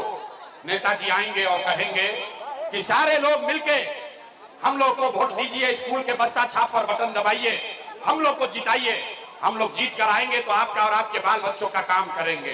तो मेरे भाई ऐसा कोई बात यहाँ नहीं होगा। See, it's very interesting. Like, so he opens with, "Ha, hum hi hai Prashant Kishore." Now, he basically initially in his Padyatra also used to say that, "Ha, hum hi hai wo jisne logo ko raja banaya." Which means he's talking about how he made Modi ji the prime minister, how he made Mamta ji the chief minister, Mamta Didi the chief minister, Amrinder and all the exploits. And hum karodon mein paisa lete the. He says that I used to charge people in crores, and not just 10 crore, 20 crore. I used to charge them 100 crore, 200 crore. Yeah. And then now I have left everything, sab kuch tyag diya hai, and I have come here to walk around in Bihar for 2.5 years. That was his opening. Yeah, I don't know if he says it in this also. But he starts with this, which is, I'm not going to talk about votes. I don't want your vote. I don't care. No, he cares. I don't want your votes. That is not what I'm going to do here. I'm not going to tell you to press the button of Basta, which is their symbol now. Earlier it wasn't. So hum neta nahi hai. I am not the typical neta who is going to come and ask for that. But he says that he has now his whole thing is that you should vote for change. That's his whole thing. So he's like, most people in Bihar, and you will hear this in multiple interviews, most people in Bihar want change. They don't want Nitish, they don't want Lalu. They are tired of Nitish because he's corrupt, and they don't want Lalu because he Jungle Raj chalate the. So both of them have ruined Bihar. The second is, he says that the main culprits of this whole thing are the BJP and Congress. So BJP ensures that Nitish comes to power. Congress makes sure that RJD comes to power in an alliance. Okay, and that's because they want MPs. They don't want power, they want power for the sake of it, but they want MPs from that state, which will add to their tally in the center, and it will help them come to power in the center. So Bihar ke baare mein koi nahi sochta. That's his whole thing. And he says that 30% of people in Bihar did not vote for either of these alliances. So those are the people who already wanted Badlao in the last election. Now that is growing. So he says about 60% people in Bihar right now want a change. But there's a thing there. When he says that, he says ki JDO to chahiye hi nahi. Sorry, they don't want Nitish at all, because Nitish ne to corruption kiya, etc. But then, do you really want RJD as an option? Do you not remember what RJD did earlier? So what is the other option? Who is giving you other options? Jisko bhi vote dena hai, de do. But vote for change. And he wants to be the one who people pick as that option. They come to their own conclusion that, oh, change means Jan Suraaj, not RJD. Because a lot of people will be like, oh, change matlab change Nitish Kumar to Lalu. But he's saying, no. Change means dono nahi chahiye. तो vote मांगने नहीं आए हैं. You vote for whoever you want. Whoever you want. Vote for change. And then he wants to present himself as an option, as a change, right? But he's like, हम vote मांगने नहीं आए हैं. But vote for change. Vote for issues. हम आपकी कोई मदद नहीं करेंगे. कुछ लोग सोच के आया है कि नेताजी भेटाएंगे तो अपना गांव का नली गली का बतियाएंगे, राशन कार्ड के बारे में बोलेंगे. तो भैया हम राशन कार्ड नहीं दिलवाते हैं, नाली गली नहीं बनवाते हैं, किसी का कोई मदद भी नहीं करते. लेकिन मदद काहे नहीं करते? लोग कह रहा है भैया इतना पैसा आपके पास है, इसी पैसा से दूगो हम लोग को नौकरी दे देते, हम ही लोग को 2-4 हजार दे देते तो जीवन सुधर जाता. मेरे भाई, ये मछली बांटने का अभियान नहीं है, ये आपको मछली मारने सिखाने का अभियान है, ताकि जीवन में कभी आपको किसी के आगे हाथ ना फैलाना पड़े. See, he's pitching social change. He's not pitching electoral change technically. He's pitching social change. His whole theory is that electoral change will happen, but for that you need a social change first. So he's saying that you need to vote on issues. Now the way he does it is very interesting. Wait, एक दो जगह पे हाँ यही होगा. नारा नहीं लगेगा, ये नेताजी का भाषण नहीं है. आई जन बेना हाँकता नहीं जा, बेना भी नहीं हाँकना। गर्मी लग रहा है, गर्मी बर्दाश्त कीजिए। इसी गर्मी में आपका हमारा बच्चा, आपका पति, आपका रोजगार पढ़ाई होगा, लेकिन के रोजगार पढ़ाई कैसे मिली? अपने आंख के सामने जादू देखिए। सब लोग सोचकर जरा जवाब देगा दूसरे सवाल का। पहले बोले हैं 3 सवाल पूछेंगे, दूसरे सवाल का जवाब दीजिए। आज तक आपने जिस नेता को, जिस दल को भी वोट दिया, उन नेताओं ने आपका और आपके बच्चों का काम किया है कि नहीं किया है? नहीं किया तो हाथ उठावे के बाद हाथ उठा कर बोलो किया है कि नहीं किया है। जोर से बोलिए भैया, बेगूसराय की धरती में इतने दम है, जोर से बोलिए किया है कि नहीं किया है? नहीं किया है ना? नहीं किया है ना? अब हाथ नीचे कीजिए, पलटिएगा मत। अब जादू देखिए। आपने कहा कि भैया जिस दल को, नेता को वोट दिए, कोई हमारा काम नहीं किया। अब जादू देखिए। हम गिनवाना शुरू करते हैं, सही बोले तो हाथ उठा के हाँ बोलिएगा, गलत बोले ना बोल दीजिएगा। बात खत्म होगा, 2 मिनट में दिखेगा कि रोजगार पढ़ाई कैसे मिलेगा। पूरे बिहार में, बछवाड़ा, बेगूसराय में आप सभा में आए। Look at the crowd. This was not the case when he was doing his Padyatra, by the way. Now this crowd is insane. Like, I mean, he's legit, he's drawing crowds. And the reason why he draws crowds is because of this whole thing that he's doing.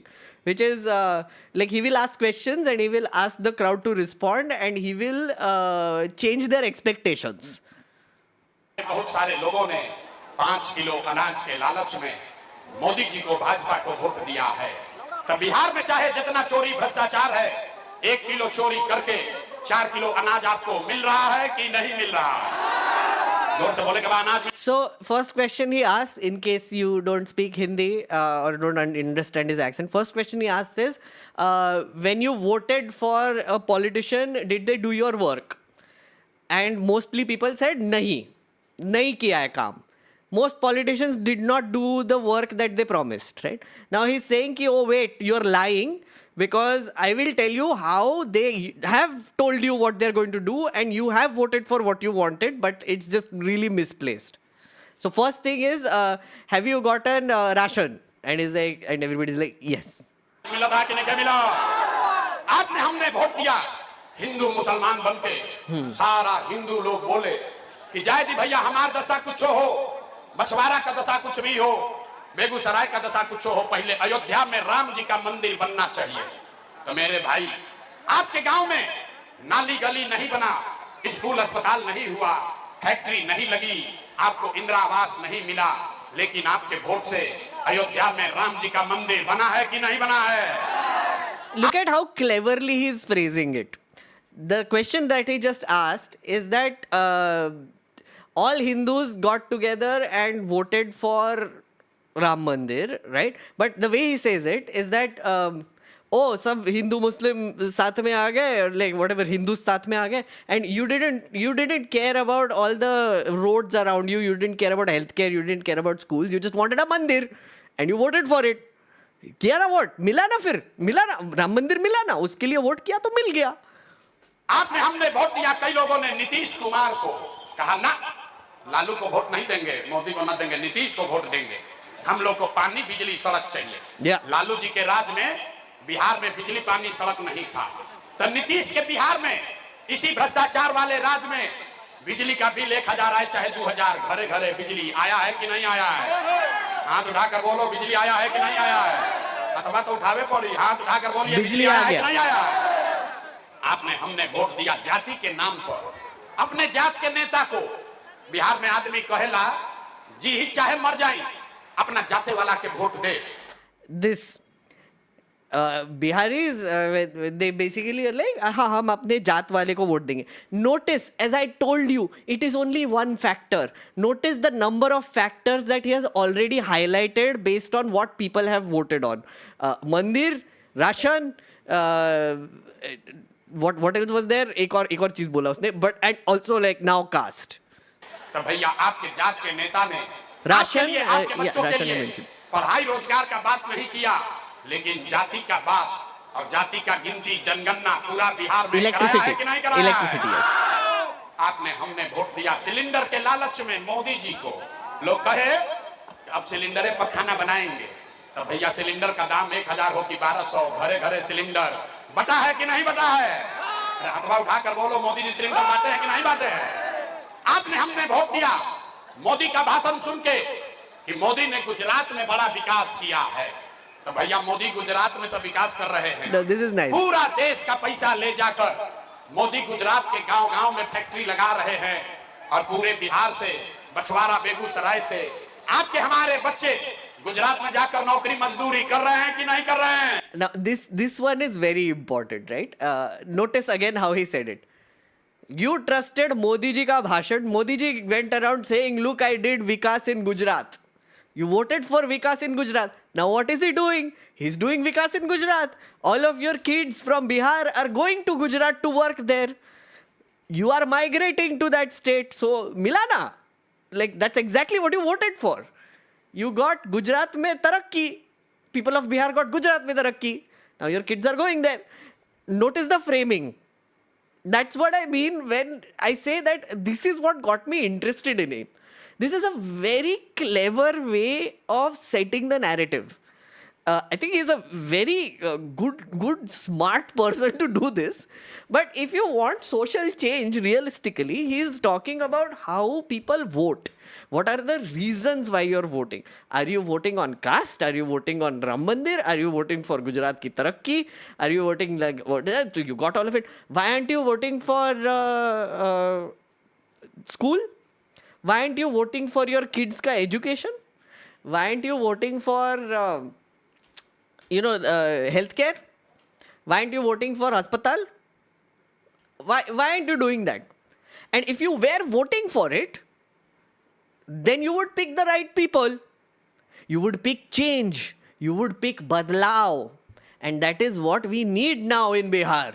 We need change in Bihar where people are voting for their kids and their education. And who is talking about kids and their education? That is what I will come to now. So I just wanted to point out, give you like a glimpse of his speeches because I feel like this is one very important thing of his strategy. The Jan Suraaj Yatra, the Jan Suraaj party in general and what he was doing for 2.5 years, which largely goes unnoticed. Now, if you are having an opinion on Prashant Kishore, you can have whatever opinion you want on him. I don't care. Why should I care? He should care about your opinion. I don't.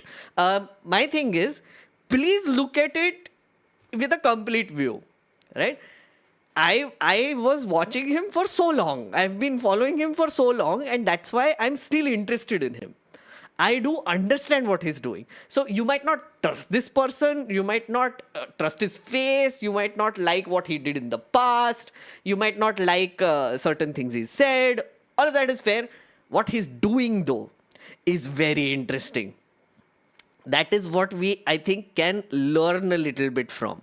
That is the position I'm coming from. So as I said, यहाँ पे फिर से poll देख लो. I used to be curious, right? I didn't hate him ever.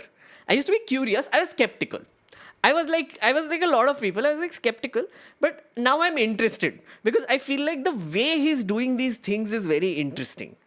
I feel like if you genuinely want to change something, you need to help people understand why their vote matters in the correct way, that they're voting for the correct things. And this is a very interesting way to communicate that. Gujarat has always been a rich region. It was under princely states and did not face the same extractive policies like UP and Bihar. True. Modi is not a good orator. He can't utter a word without teleprompter. I mean, I think he used to. Now he doesn't need to. He just doesn't put any effort now.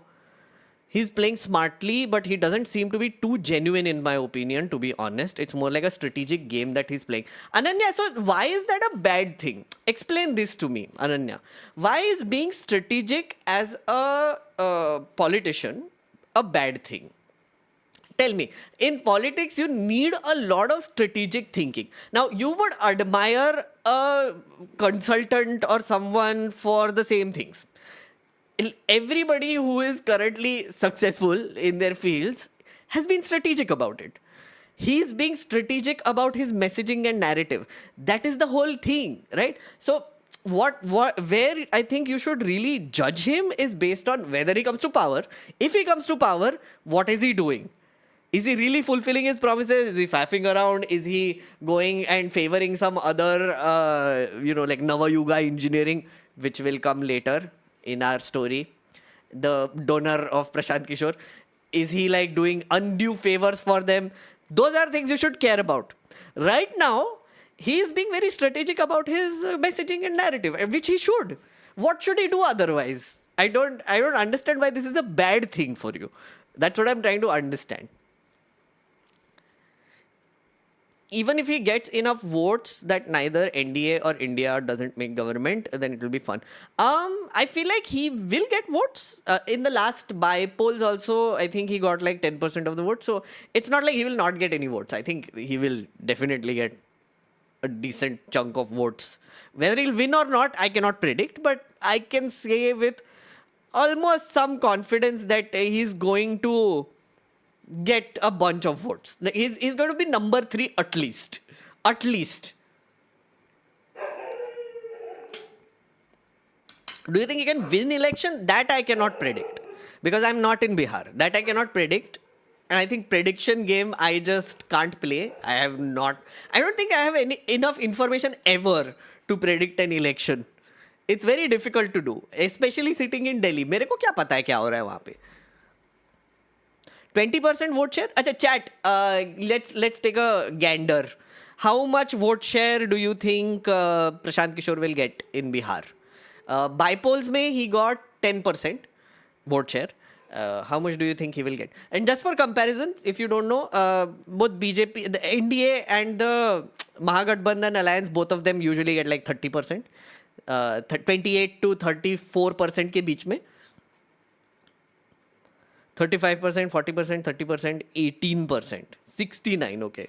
40% give or take.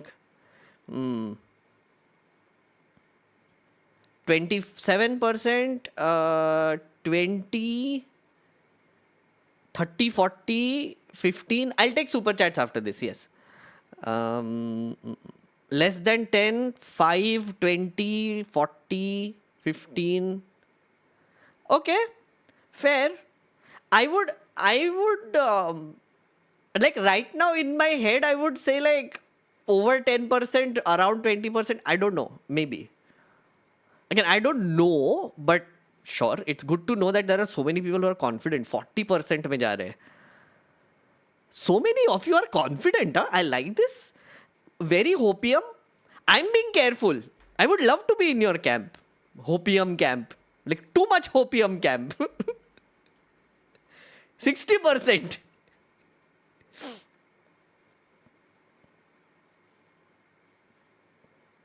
This Soumya really doesn't like PK, okay? I can see. It's okay, Soumya. You find it very funny. He got 10% after 8 days of launching the party in by-elections. Yeah, I know. It's not a small deal. It's no way it was a small thing. Okay, fair. We'll go to the plan next, okay? Let me just take some super chats. Then we will... Mohan and Evil Dead, thank you for the support. I can't read your name. Sprout. Thank you. Thank you for the support. Sprout 1. Okay. I feel the problem with him is he knew Modi's background, but yet he has been one of the guy who is reasonable, and now he talks all socialistic stuff for Bihar. Quite sketchy. Again, as I pointed out earlier, Sprout, that as a professional, as a mercenary, he didn't have any ideology. Personally, he might have had an ideology, but it doesn't matter because he was not acting on it. Now, I believe he's acting on it because he's personally invested in this, he's personally doing these things. So now his ideology is actually coming out.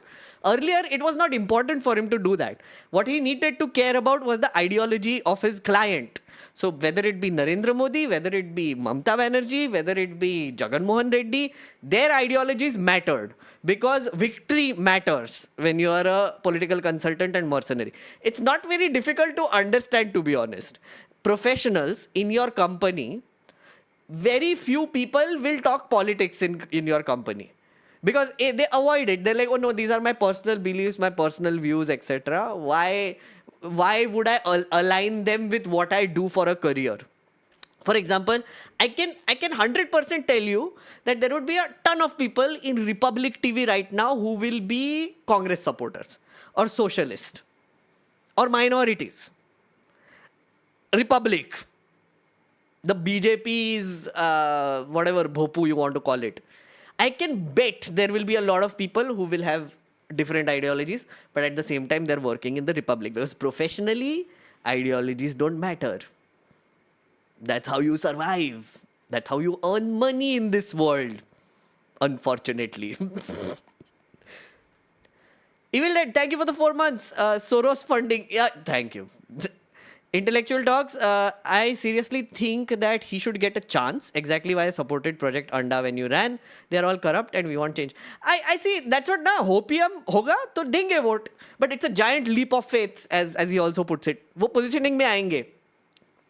KV is saying, I know he is saying all these things which are absolutely necessary, but I still feel like he's an opportunist, which makes me skeptical. Fair. Again, I am skeptical also, but I'm skeptical on the positive side now. That's what I'm saying. It's always good to be skeptical of people who are running for elections, whether they will fulfill promises, whether they have some backroom deals that have happened already, what will they do. It is, at the end of the day, a leap of faith. Every person you vote for is a leap of faith. The unfortunate thing is most of the people will end up disappointing you. But is there a chance that there is someone out there who will not disappoint you? Maybe you will get lucky. Don't you want to get lucky? That's what he's also asking. Don't you want to get lucky ever? KV, I feel the timing couldn't have been better for him to enter politics with Lalu, Nitish and BJP at seemingly the lowest point, and he's making points which may appeal to the crowd. Yes, Prashant Kishore has identified a void. This 30% thing he talks about, which is 30% people vote for this alliance, 30% people vote for the other alliance, but there are so many people who do not vote for anyone. They voted for Nota, they voted for other parties and independents. That's a void. In his eyes, that's a void. He's filling that void, which is great. Like, he identified that, and that is the whole game, right? You identify these patterns and then try to fill them with narrative, with ideology, with symbol, with the plan, with your manifesto, with your faces, candidates, everything. You have to fill that void with that, so that people in that void start voting for you. This 30% void is where he's working. He wants to steal votes from the other end, which I'm not sure if it will happen, honestly. Like, even if like the void votes for him, half of it, that is still 15%. Neil Paranspe, PK speeches are more along the tone of the frustrated Indian than arrogant politician. The introspection takes is powerful to dictate narrative. Yeah, precisely. I would actually agree with this. He is a frustrated Indian who is on stage, who is setting up a political party, and he's like, aren't you done being frustrated? Aren't you done? It makes me so angry. Like, he's very angry all the time. That's why he's angry all the time. But yeah, okay, let's move on with the next chapter. Okay, this is the important one. Let's talk about the plan. The plan. Okay, chat, with me so far? Please say hi if you're with me so far and if you're enjoying this. Then I will go to the plan. I told you this is going to be long. I told you, abhi 2 घंटा हो गया already, और बाकी है. It's very funny. People are saying that he will loot Bihar, he will do fraud to Bihar. You seriously think Bihar have anything to loot? It's already looted state. That's very fair. That's actually very true. Like, everybody has come and looted that state. They don't give a shit. Like, RJD se leke, everyone has come in and they just like sucked it dry. And now this guy is coming and they're like, तू भी लूटेगा क्या? It's like, कोई बचा क्या है? Bridge उठा के लेके जाते हैं, guys. Do you forget Bihar is the state where people are stealing bridges and roads now? Literally बचा ही नहीं है कुछ. Engine चुरा के लेके गए. Can you believe we are talking about this state where there are people, 35% people who earn 200 rupees or less? ये state से और क्या चुराएंगे भैया? टेल मी सीरियसली, हो नहीं है already? Okay, chat with me so far. Okay, amazing. 28% people neither voted NDA or India. If he gets 2/3 of 28%, which is 18%, and if he cuts 5% votes from both India and NDA, then also he'll get 28%, which is single largest. Even BJP got 19% in 2020. So this is, Nishad is actually telling me what Prashant Kishore's calculations are also. This is Prashant Kishore's calculations. He has said this in multiple interviews. That's what he believes will happen. Will it happen is a question. Now, what I think is that if he's saying 28% is people who have not voted for anyone, will he get all of them also is a big question, no? That's where I'm playing. That's what I'm saying.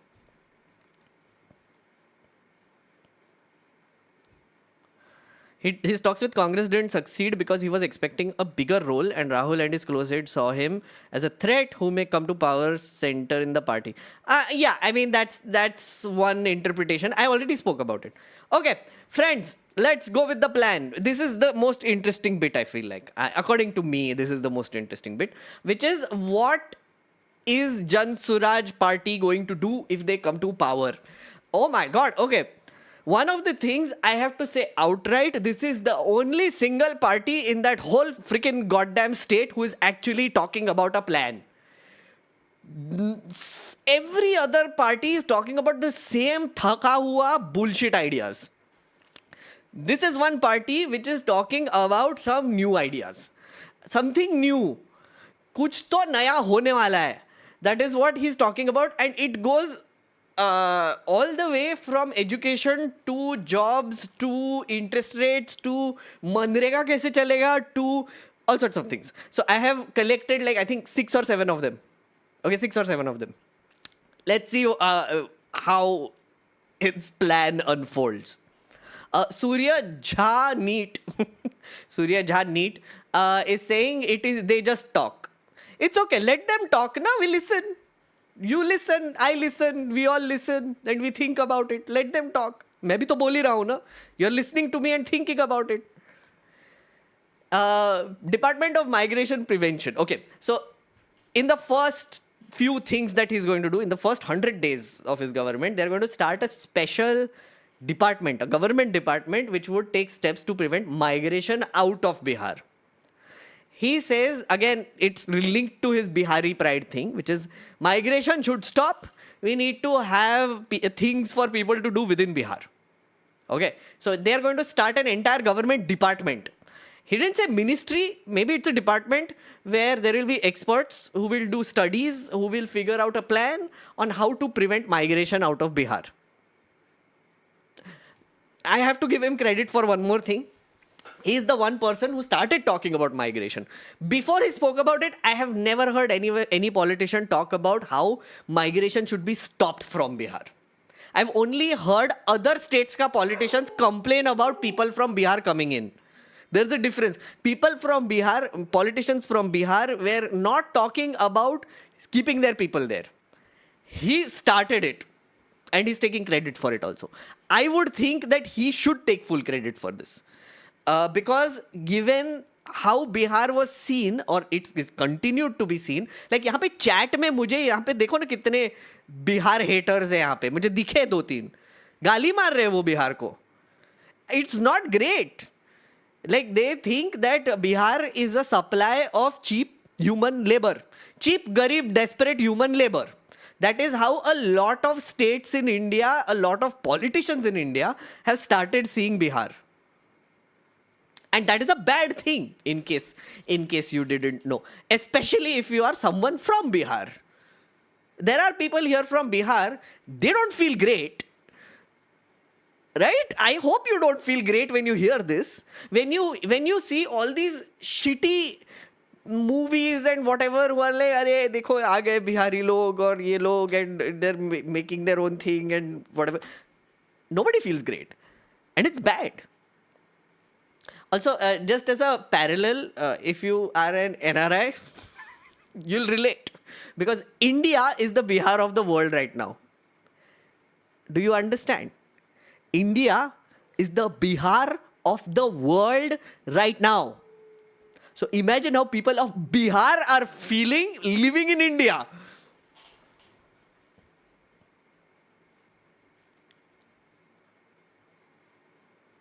Okay, education reform. So first thing, their symbol is a basta. It's a school bag. Yes, and education reform is what he's aiming for. He wants to redirect 20,000 crore from prohibition tax. I'll come to the prohibition bit. Basically, he's saying that he will remove the prohibition law, alcohol prohibition law, which will help the government get another 20,000 crore in their budget, which he wants to spend on education. 5 lakh crore in 10 years to revamp schools. Now, he's saying, it's very interesting how he's presenting the idea. He wants one school of excellence at least in 543 blocks in total, right? At least. In the first initial stages, he's going to try to do that at least, right? Then he wants to, of course, expand the schools. He has a target of 5,000 schools overall. 5,000, 6,000, some number he gave. But these schools of excellence will have a bus service attached to them. So his whole thing is that you need to stop taking schools to children. You need to take children to better schools. So there will be better schools that will be built and there would be a bus service. His idea is that at least 20 minutes of travel and every kid in Bihar should be able to go to a good school where they're getting good, legit education. And the school is actually keeping them. That is another problem in Bihar. The retention rates are garbage. As I pointed out, only 11% of Bihar has completed 12th standard. Imagine. Just imagine.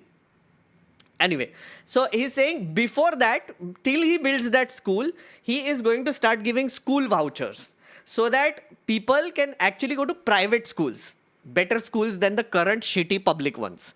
He admits that the current schooling system is garbage. So he's like, until I fix that, I want your kids to not lose out and I'm going to give you vouchers from the state budget and they're going to give the fees for kids to go and study in private schools in the same areas. Cheap credit for youth. Okay, one of the things that you must be seeing in Bihar elections, right now Tejasvi made a announcement, no, that he's going to give more jobs, 2 crore job, whatever, 1.75 crore jobs he's going to give. And he keeps bragging about how in 17 months I gave like 20 lakh jobs or 10 lakh jobs.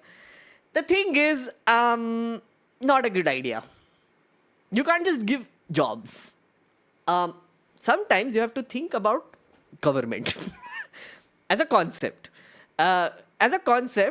Government, the most amount of money a government budget is allocated to right now, at present, center, state, koi bhi dekh lo, is paying back interest. Which means that if the government has borrowed money from the market or whatever, they pay off that interest. That is the largest chunk which goes out of your budget. The second largest chunk is government employees and pensions. So the bigger the government is, the lesser the budget you have to spend on other things. What Tejasvi is proposing is to give more money to government servants and government people so that there is even less money for other things like school, healthcare, infrastructure, all the other things. I personally do not agree with that strategy because I think even if you try, you cannot give that many jobs to a state which has like what, 13 crore people in it, 8 crore adults, 8.2 crore adults. You cannot give jobs to all of them, even if you say it. So what he's proposing is that he doesn't want to give government jobs. He says कि I don't even believe in factory jobs. That कि मुझे SEZ का भी कुछ नहीं करना है. He wants Bihar to invest more in the service sector. He says that he also wants Bihar to become more risk-taking. He is saying that the loans that you will get to do businesses in Bihar, the interest on that would be reduced to 4% because the other 4% will be subsidized by the government. So if you pick up a loan to do any entrepreneurial activity in Bihar, you can take a loan at 4% from the bank. Okay. The other thing is he wants to make a law where the banks invest 70% of Bihar's deposits locally. So right now, the banks are investing 1.6 lakh crore into state. He wants that to increase to 4.61 lakh crore. Because his thing is that the banks also need to put money back into Bihar. They need to hand money off to people so that they can do activities within Bihar. And that he's saying should be service-based activities. Manufacturing maybe आएगा थोड़ा सा. Government jobs थोड़ा सा आएगा. But maximum people can employ themselves by doing service sector jobs. That's what he wants. And that is why it is linked to education. If your kids are not educated, they cannot go into the service sector. And in the service sector, if you want people, you need educated people. That is what he's saying. And for that, you need to have more people who are starting businesses in the service sector, and that you need credit, you need loan, 4% subsidies. Pension. Now, this is one thing he has been saying for, again, so many years. 2,000 per month for 60 plus citizens. That would cost the state around 6,000 crore annually. He also claims that Nitish Kumar has raised the current pension given to senior citizens to 1,100 because of him. He claims it, which maybe it is. This is one interesting one, which is he says that the Manrega funds that the state gets, A, is underutilized, B, needs to be spent on agriculture. So what he's saying is that to improve agriculture in Bihar, farmers need to grow cash crops, and B, he's going to give free labor to the farmers, which will be supported by Manrega. This is very interesting. I haven't heard this before. I don't know, chat. I don't know if anybody else has said this, but why haven't we done this at a national scale? Why haven't we used the Manrega funds to fund agriculture labor? I don't understand. This is very interesting. Check once again the CD ratio of Bihar. Prashant Kishore stated the CD ratio is 40%, but the official RBI document of the year stated CD ratio is at 56%. Okay, but Nishad, it is still lower than the national CD ratio, right? I think it is. I think the national CD ratio is somewhere around 68%.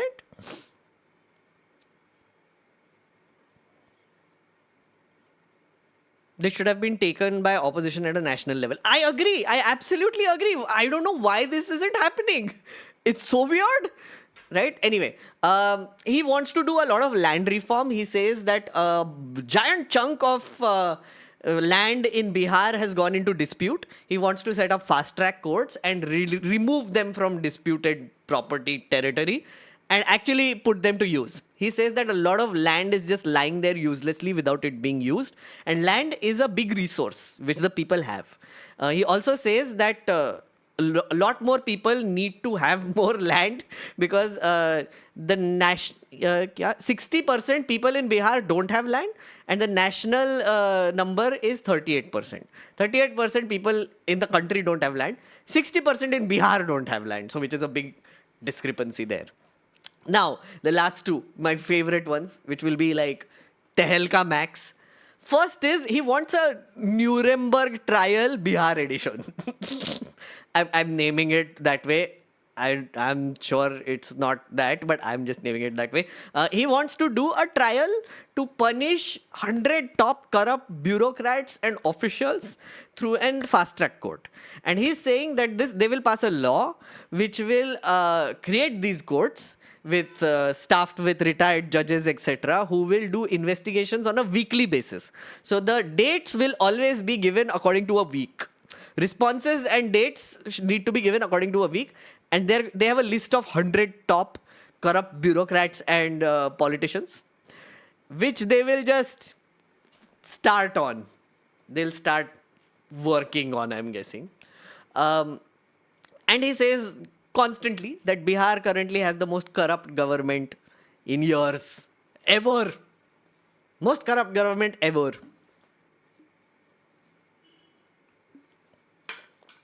Wonderman is saying it is not happening. Cool. It is not happening, guys. Corrupt people will not be punished ever. Okay. The second one with the interesting idea is that scrap alcohol prohibition.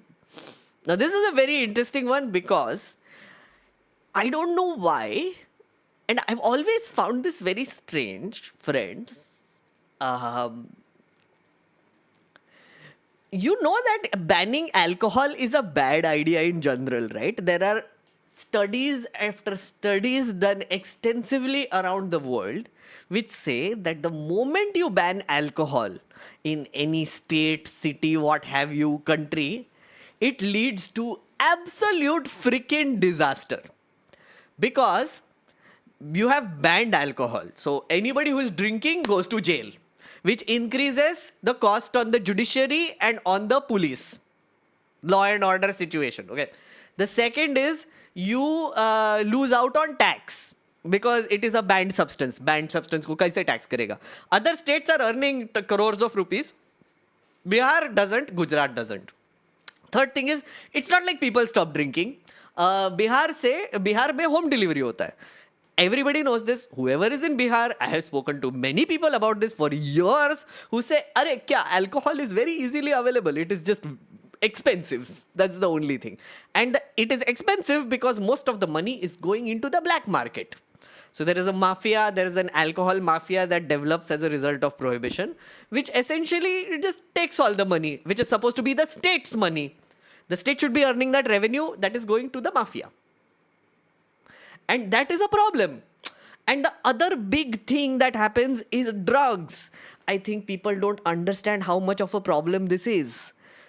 Drugs, the consumption of hard drugs, of horrible sukha nasha as they call it, chemical drugs, goes up when alcohol is banned.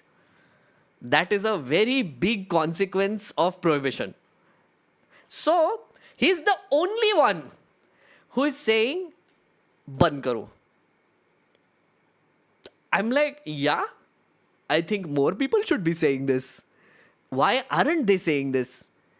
And also, one of the great rhetoric he has is that, why are you just making... media has spread this narrative that Nitish Kumar is winning because of prohibition. Because the women vote is all going to Nitish Kumar because of prohibition.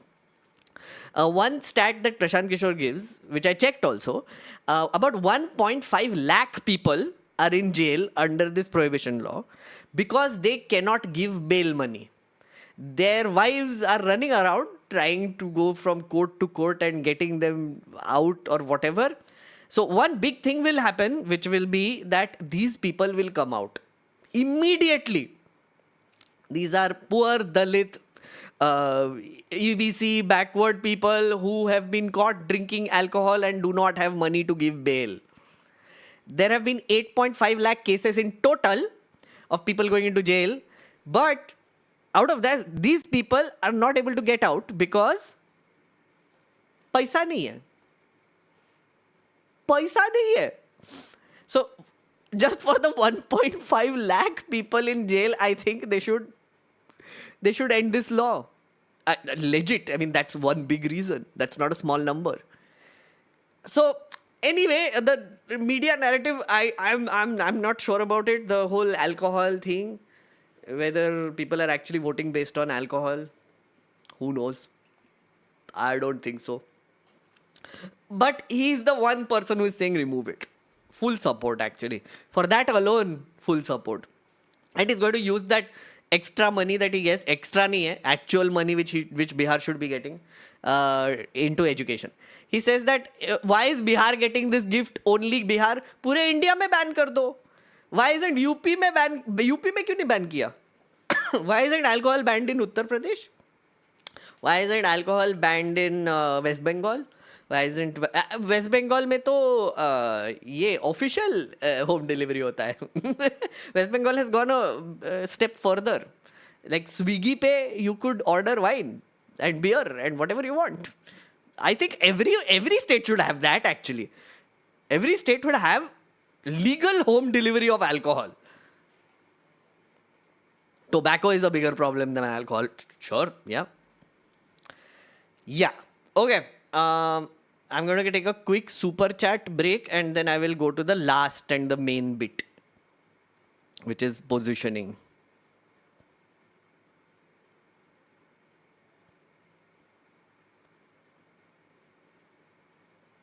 current is so bad that PK can't be worse. I hear you. I agree with this sentiment. Thank you for the 18 months. And she's saying, my question is, will PK walk the talk? Again, who knows? And see, will Nitish Kumar walk the talk? Will Tejasvi Yadav walk the talk? Will Rahul Gandhi walk the talk? Will Narendra Modi walk the talk? Will Prashant Kishore walk the talk? It's the same question. हम लोग तो गरीब लोग हम मतलब I mean I'm not actually गरीब but like actual गरीब लोग also they just vote with the hope that someone will do something for them ultimately. Vote करना है. I would want to believe that he will walk the talk though. I want to believe. I want to live on hopium. I want to believe that he will walk the talk. Praveen, with the whole Bihar SIR and voter manipulation in play, will anything actually change? Praveen, one of the things that has happened is that kitne 80 lakh people have been removed from the voter list, which is a ridiculous number. Or 80 lakh people should be on the voter list. More than they are right now. They aren't. Freaking ridiculous number of people are not going to vote this time. That's a bad thing. Second is, Election Commission hasn't fixed all the duplication and whatever things people have been pointing out. So that is the second thing. So there is definite possibility of voter manipulation. Third thing.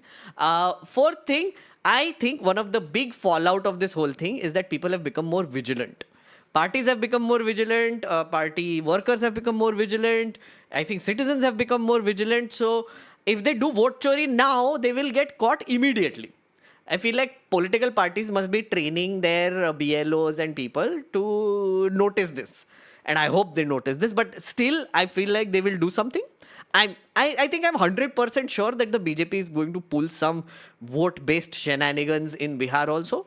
We just have to see if we can catch it red-handed this time. Election Commission has made it more difficult to catch it red-handed because of this SIR. Because they have scrambled that list. Asif, thank you. Hey, ignored, love your work. I believe no matter who is in the political domain, we the people of India should be opposition asking right questions. Absolutely agree. Absolutely agree. Never be a fan. Ask questions, be skeptical at least. Dave, thank you so much. He's selling the same Jumla that Dankapati did, but he'll also pick up the urban high caste BJP vote. So he will, what is this? Diss the government? God save Bihar. He will deck the government. I don't know what that is, but you're generally saying that he'll get the upper caste vote because you also believe that people in Bihar vote on caste, and because he's a Pandey and he's urban elite Pandey guy who will not attract any other votes other than urban elite Pandey people. I'm a little I don't believe that honestly. I think there is a chance that he might get more votes than just urban elite Brahmin people. I don't think so. Anyway. But I do agree with one thing. Maybe the candidates will decide who they get votes from. Who knows? Rajesh is saying Manrega utilization in agriculture is a good idea. This was adopted in some parts of Kerala. Did it in our panchayat and helped us. Arey! Kerala mein hua hai kya? I should read up on this. Very interesting. I think this should be a national policy, honestly. Recommending Boardwalk Empire to understand the effects of prohibition when USA did. Oh, yes. I was thinking of the show. Yes, that one. 1920s. Ronit, Prashant Kishore is a good observer. React on his interview of News Nation and very detail-oriented person. Okay. In the next reaction day, maybe we will react to a Prashant Kishore interview. Let's see. That's a good idea. Not today, though. Pramod, thank you for the support. What we need is to have a uniform card, which has a limit of spending on alcohol as per your income. I'm not sure if you can prohibit it that way, Pramod. Again, I feel like, people should be able to make their choices about what is healthy for them, what is not healthy for them. It's the government's job to make people aware of things that will affect their health. It is their job to put in warning labels. It is their job to prevent, what is it called? Poisoning, alcohol poisoning type things. like low quality things from getting in. But ultimately, it should be left to the people. Ripundeep, thank you for the support, and Shreyank, thank you for the support.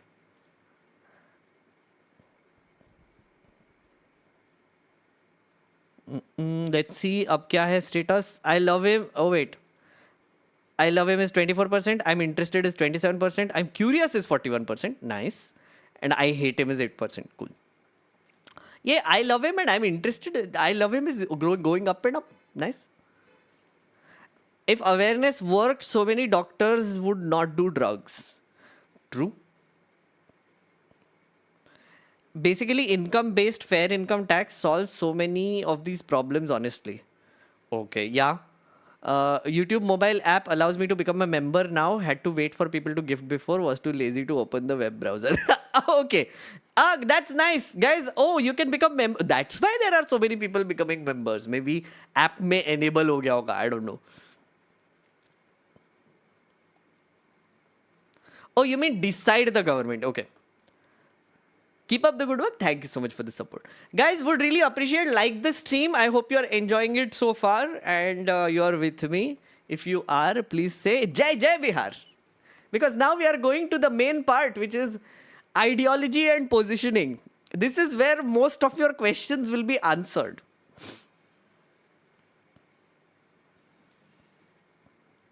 Slightly off topic, but instead of saying XYZ ruled state, can we say XYZ served state? Politicians are meant to serve, not rule over the people. We should get rid of ourselves of the colonial mindset. Sure, I think a better word would be XYZ governed state, right? JDU governed state, JSP governed state, maybe in the future, AAP governed state, past may. Yes. That's a good reminder. Thank you. Okay, lots of Jai Jai Bihar people. Nice.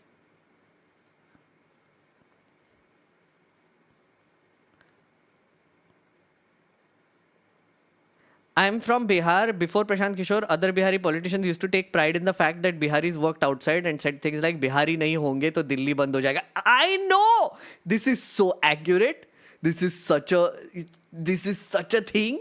It's a trope at this point, which is everybody, like literally like politicians in Bihar were doing the opposite, which they were like, हाँ हमारे सिवा country नहीं चलेगा because हमारे सब लोग बाहर जाके काम करते हैं. Why is that such a thing of pride? Why? Your so-called neutral mods are removing anti-BJP, RJD, Congress normal comments. So many dalals here. They can't digest truth. Bro 0001, based on your comment, what I can tell you is that you were probably spamming or this emoji bullshit they can't handle. Like my mods are very, very discerning people, okay? So if they spot any bullshit, they remove it. I have no control over them. It's okay. It's completely fine. Chill with the emojis. It's okay. Sentence में बात करो, ढंग से बात करो. Okay, let's go to the next bit. Ideology and positioning.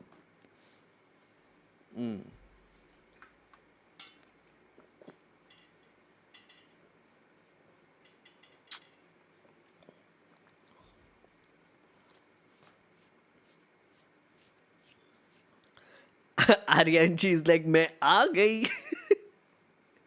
Abhilash is saying, Jai Jan Suraaj. Thank you, friend. Thank you for the support. Last time you did your video on PK, do you remember your own opinion? I don't, Seema. Please remind me. Has it changed? I had a more negative opinion for sure of him, I think. Now it has gotten a little more positive.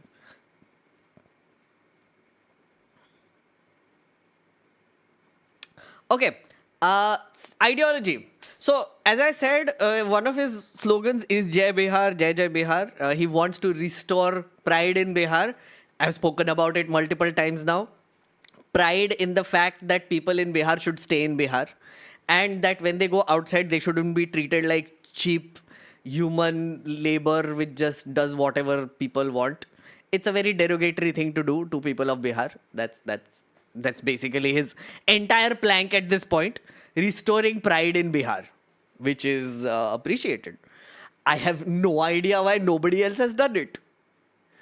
It's very strange because you hear like people of Maharashtra very proud of Maharashtra. We are from Maharashtra, very proud. People of Delhi also proud, and they're migrants. Like I am a Delhi person, but I am proud of being a Delhi person. Even though I'm a migrant, I am still living here for 13 years. People of West Bengal very proud. People of Bihar though are strange. Not very proud, or they're proud about the fact that they were able to get away from Bihar. I do not understand this. I do not understand this psychology. Second thing he did, which is he's following the path of Gandhi and Ambedkar, and he has made them party mascots. Now, very cleverly, he keeps saying that he aligns with the Congress ideology, but he identifies with the Gandhi ka Congress ideology, not the current one. According to him, the current one is garbage.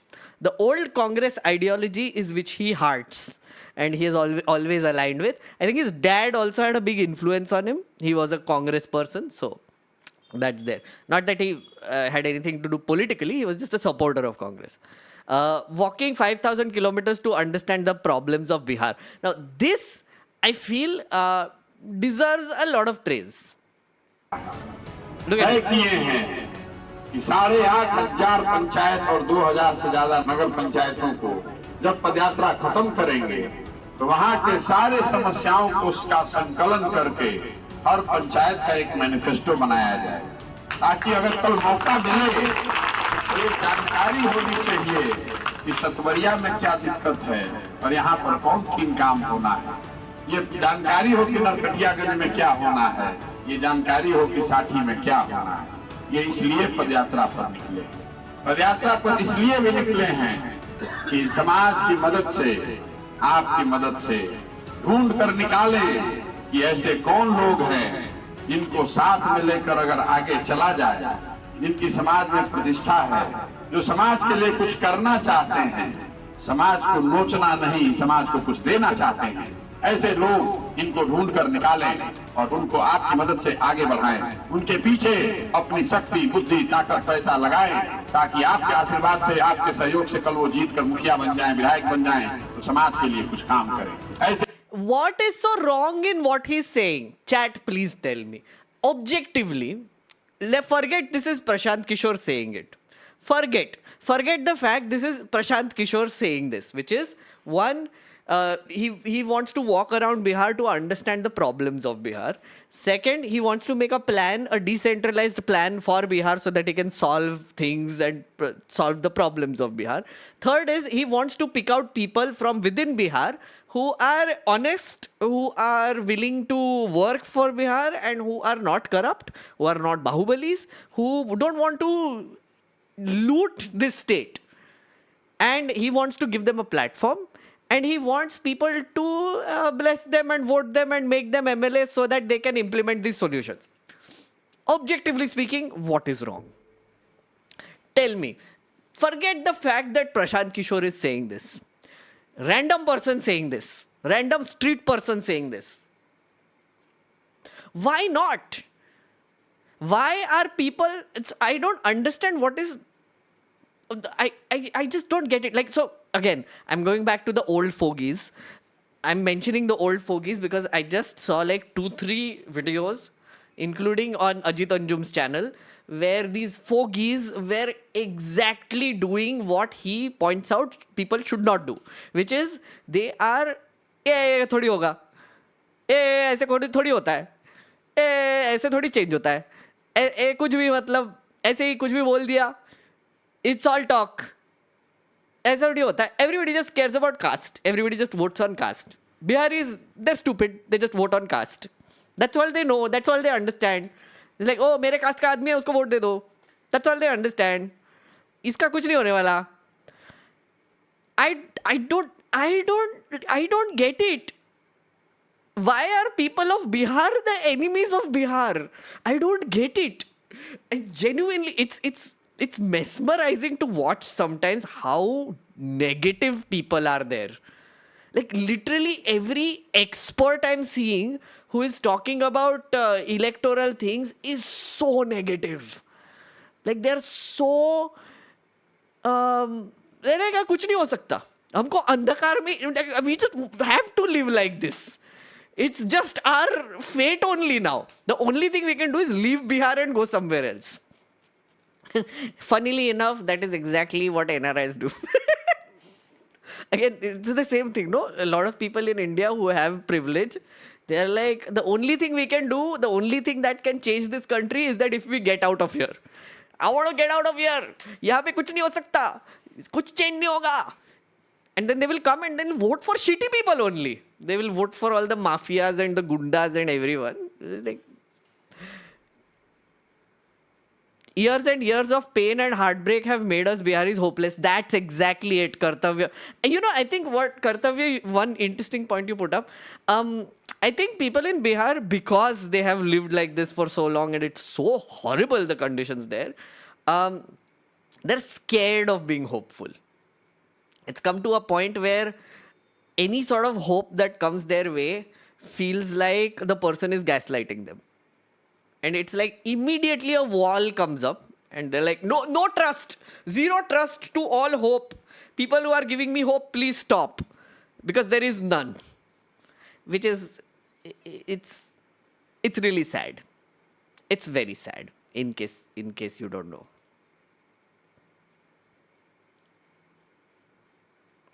Okay. Punching down on good NRIs. But it's true though. Like a lot of, see, here's the thing. I'm not blaming people for going out. I'm not blaming people of Bihar also for migrating. Bhai, kamaenge kahan se? Like if you want to live a better life, you cannot live in Bihar because the Bihar state is shitty. It's clearly shitty. The place is shitty. You have to escape to build a life, to build a family. And everybody will think of that.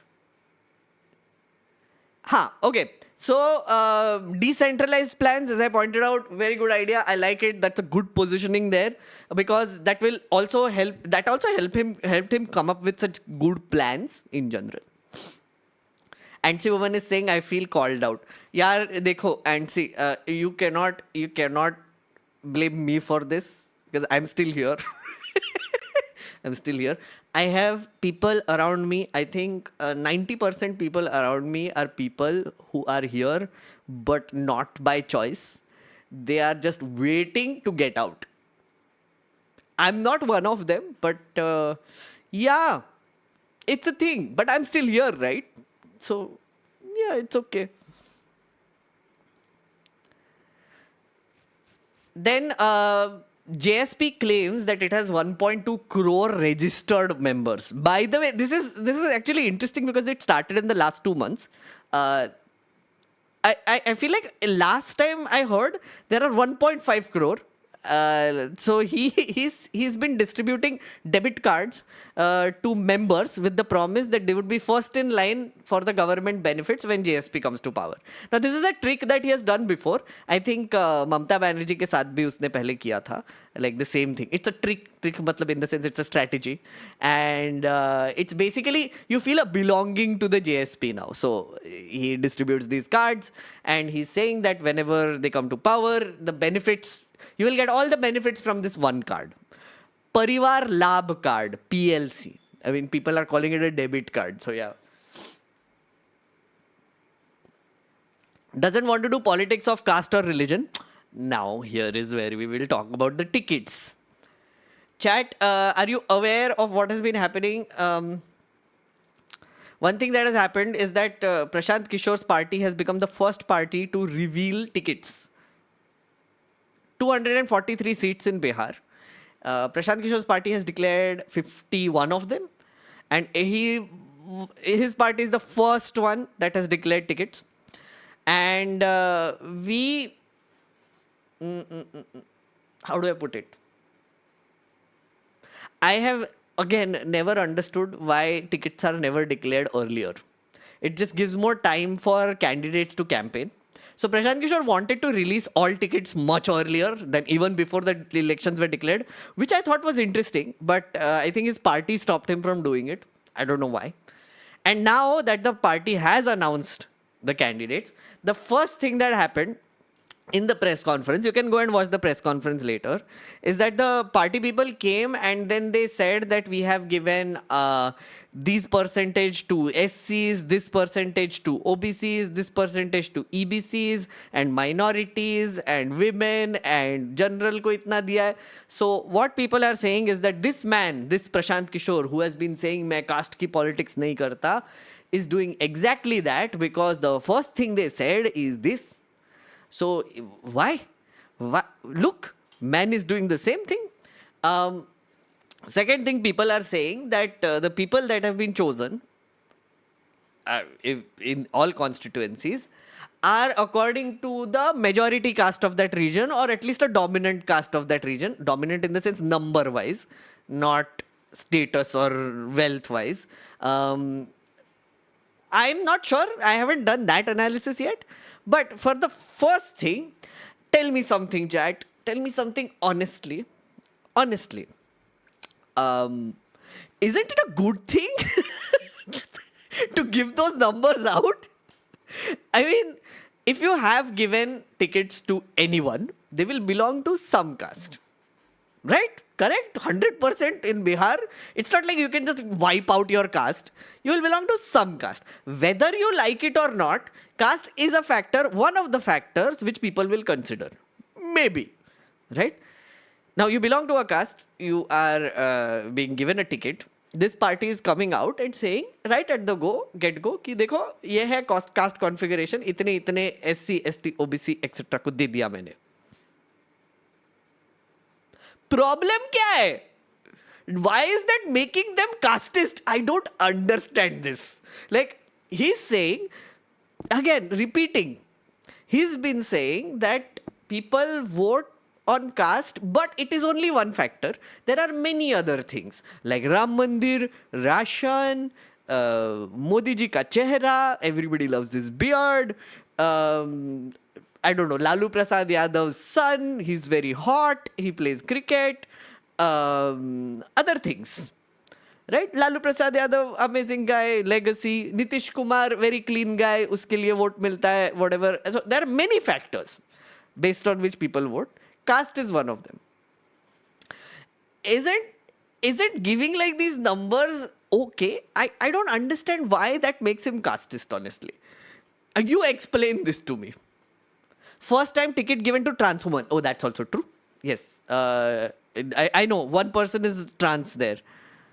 I like it. It is different to make politics fully about caste versus ignore the caste. Exactly. Thank you. Ipshita. So the transparency part is important, right? Where before you do your analysis की surname देख के caste देखेंगे फिर देखेंगे कौन सा dominant है सब newspaper वाले old fogies वही करते हैं ना like ये सब बैठ के political विशेषज्ञ वही करते हैं they know surnames and they know castes and then they come on TV and then they like अच्छा ये caste का आदमी इधर है वो caste का आदमी इधर है इसीलिए caste पे vote करेंगे.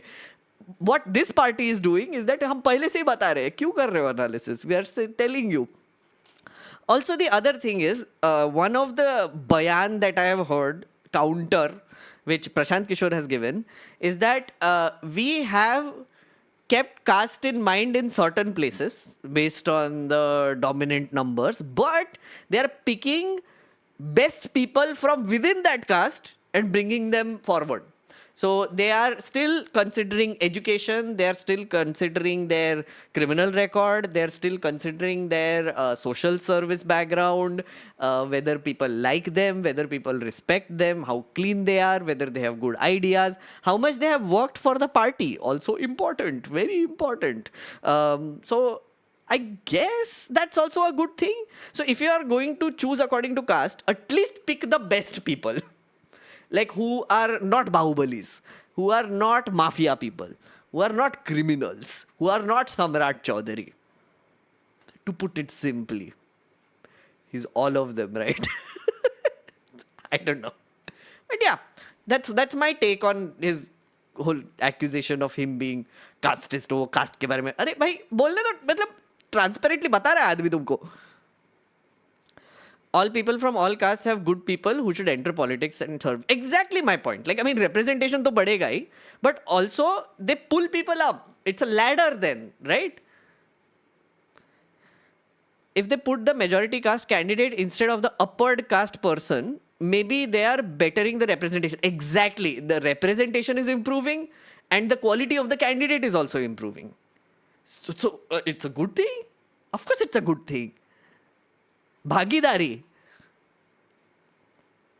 It's a possibility that they choose these gundas and bahubalis, someone like Samrat Chaudhary, because them being in power can at least keep them answerable. They will wreak havoc otherwise. Why will they wreak havoc? Isn't there any police? If there are clean, honest people who are in power, I hope they force the bureaucracy to be that way.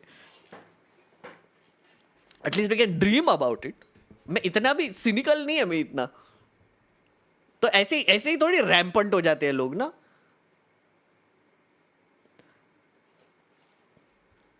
What is Alex Kartavya Singh? What is happening? मैं खोलूं क्या and see उसका message just for the lulls. Anyway, I'll complete this then.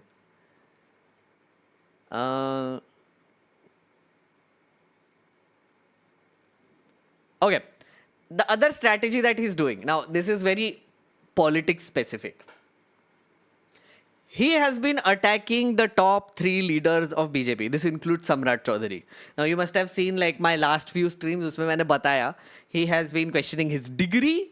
He says that Samrat Chaudhary is 7th fail and he claims to have a D.Lit from University of California, which is a false degree. Second is he has a criminal case. He's an accused in a criminal case which he got out of because he tried to prove it in court that he's underage when he's not. Third is Ashok Chaudhary, who is a BJP guy who owns like a lot of property, 200 crore ka and then 500 crore ka, and he takes a lot of commission from contractors. So he's mega corrupt. So he's been putting out papers and bank account details of that guy. And one person, Jaiswal, I forget his name, from BJP again, who took over a minority Sikh college and put his own people there and is looting people. So that's there. So most of the top leadership of BJP, because BJP technically doesn't have a face there. Sushil Modi was the last big face in BJP. Now they don't have any. Samrat Chaudhary, I'm sorry to say, is not one. I don't know if Samrat Chaudhary will take offense. I don't know if he watches anything English. I don't know if he'll understand what I'm saying also. So Samrat Chaudhary, you are not the one. You can't be a face, man. I'm sorry. Unfortunate. But that's the truth. Face the truth. Anyway, so he's been attacking all these people. But he praises Nitish Kumar. Yeah, it's interesting, right? Like, again, strategy-wise, think about it. So he is pulling down, what's his face? BJP people, local people. And the alliance partner, who is Nitish Kumar, he's praising Nitish Kumar, saying that, no, Nitish Kumar, earlier, he did a lot of work. He's an honest man. Happy defeat. Yes, happy defeat. Samrat Chaudhary ka happy defeat. Samrat Chaudhary recently in a TV interview said that he has done PFC course from Kamraj University, which is not 10th standard equivalent according to Madras High Court. Yeah, वो बहुत छेड़ी आदमी है, छोड़ो वो. प्रशांत किशोर उनको handle कर रहा है अभी. So Nitish Kumar, what he keeps saying, Prashant Kishore keeps saying, is that he is a clean man. Prashant Kishore is saying Nitish Kumar is a very clean man. He's not corrupt. But he also says everybody around him is very corrupt though, like these 3 people. Then the other thing is that Nitish Kumar is old, he's fragile, he is not there. He has lost every sense of what he's doing. He's not well, and therefore people are controlling him. That is his whole narrative right now about the BJP JDU combine. And the second person he attacks is Tejasvi Yadav. Now, Tejasvi Yadav, he attacks for being a 9th pass only. His whole thing is that I don't have any problem with not being educated or, getting into politics even though you're not educated. Be honest about it. Don't lie like this Mulethi guy, Samrat Chaudhary. The other is, if you come from a privileged family, like Tejasvi Yadav did, which is Lalu Prasad Yadav and Rabdi Devi were both chief ministers, apart paisa, everything. Why didn't you study? Why didn't you pay attention in class? That is his one thing, like his low blow attack. I don't necessarily agree with this line of thought, but Tejasvi Yadav counters by saying that I was playing cricket, which he was, and it's okay. But his whole thing is that Tejasvi Yadav doesn't care about education at all, and he keeps making fun of him for not understanding what is going on and not understanding public policy or policy in general. So he keeps pulling him down, saying कि इसको ये थोड़ी समझ में आएगा, ये तो कुछ तो बोलने के लिए बोल ही देंगे. Like he'll just say whatever jobs, but because he doesn't care about education. A little on the fence about that.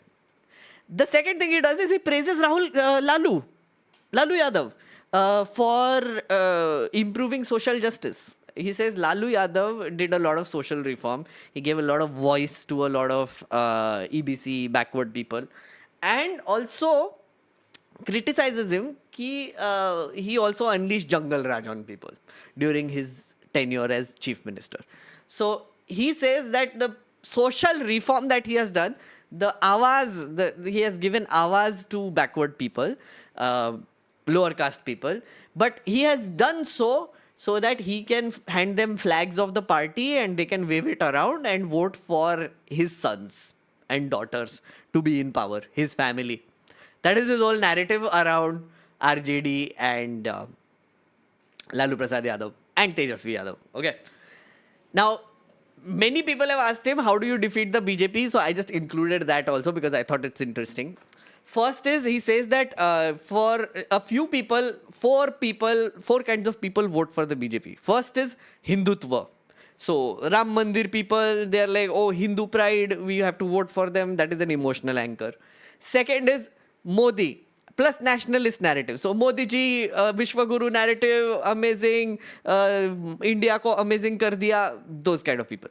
Third, welfare beneficiary. So the poorest of the poor, there are a lot of poor people in Bihar.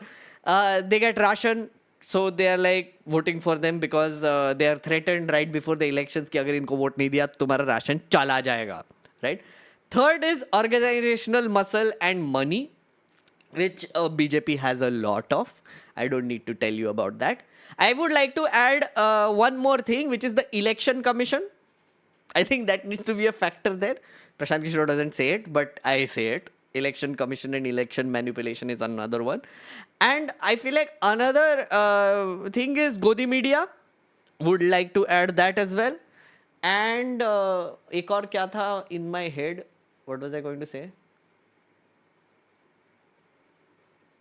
Oh yeah, the police, the institutions, CBI, ED, IT, all those things BJP has. So organizational muscle में वो नहीं आता है, but still I am adding them. Okay, so to defeat BJP, according to PK, they have to be defeated in either of these 3 or 4 categories. 3 or 4. So which one is PK beating them on? Chat, you tell me. Which one do you think Prashant Kishore will beat them on? Nationalist narrative, I don't think so. Hindutva narrative, I'm not sure. Welfare, पता नहीं. Organizational muscle, money, कौन सा वाला?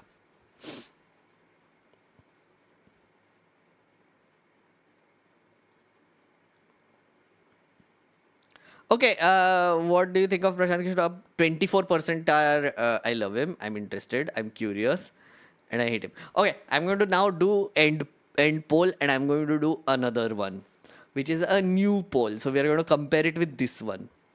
Fresh.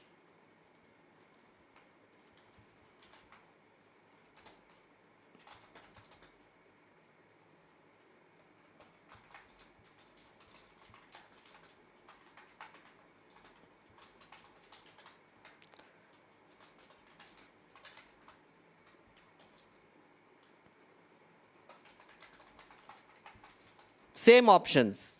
I love him. I'm interested. I'm curious. I hate him. Now let's see if it has changed or maybe not. Let's see. Let's see.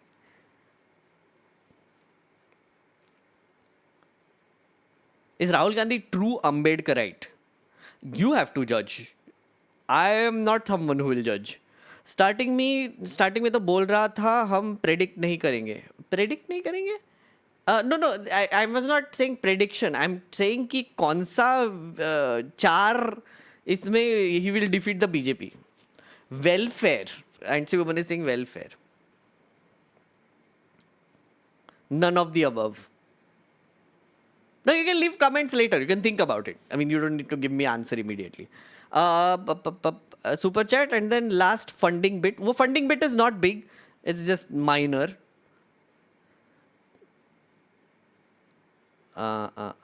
Okay. Keep up the good work. I think यहाँ तक था. Actually promoting the governance at grassroots level, which is being destroyed by the federal power, snatching political ideology. Yes, Rajesh, one thing I agree with what Prashant Kishore says is that he's a big fan of decentralization. He keeps saying that, like he wants to decentralize power to the panchayat level, which is great, which I think should happen. I agree. Because abhi, like every other party wants to centralize things. That's a bad idea. सब कुछ दिल्ली ने नहीं करना चाहिए. Also, Delhi is full of a-holes. I live in Delhi. I know this. I see people around me. They're not great people. They're not. We shouldn't run the country.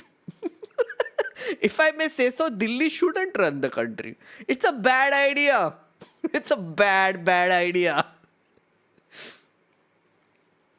Shweta, hi, thank you so much. Indians are the Biharis on the global front and on a different stream. If you can get out of India for work, you should. So how is the whole Bihar pride not similar to Ghar Wapsi? And in your view, is it okay at both level? Interesting. So no, what I'm saying again, let me like gather my thoughts around this again. Is migration okay out of a place? Right, let's say I'm taking the example of Indians migrating outside because I know a lot of you are those people. If you want a better life, if you are selfish, selfish in the sense, I'm not saying that it's a bad thing. If you want a better standard of living, that is the reason. If you want better earnings, if you want better education, especially people who want to do research, if you want all of that, those are the reasons why people decide to go out, because India doesn't have that, according to them. So is that a bad thing? No, it's not. Of course, it's not a bad thing. I mean, you have to think about yourself, your family, etc., and you want the best life for yourself because you have only one. But second thing, as a government, as a state, as a policy, should you be trying to keep people here? Yes. Of course.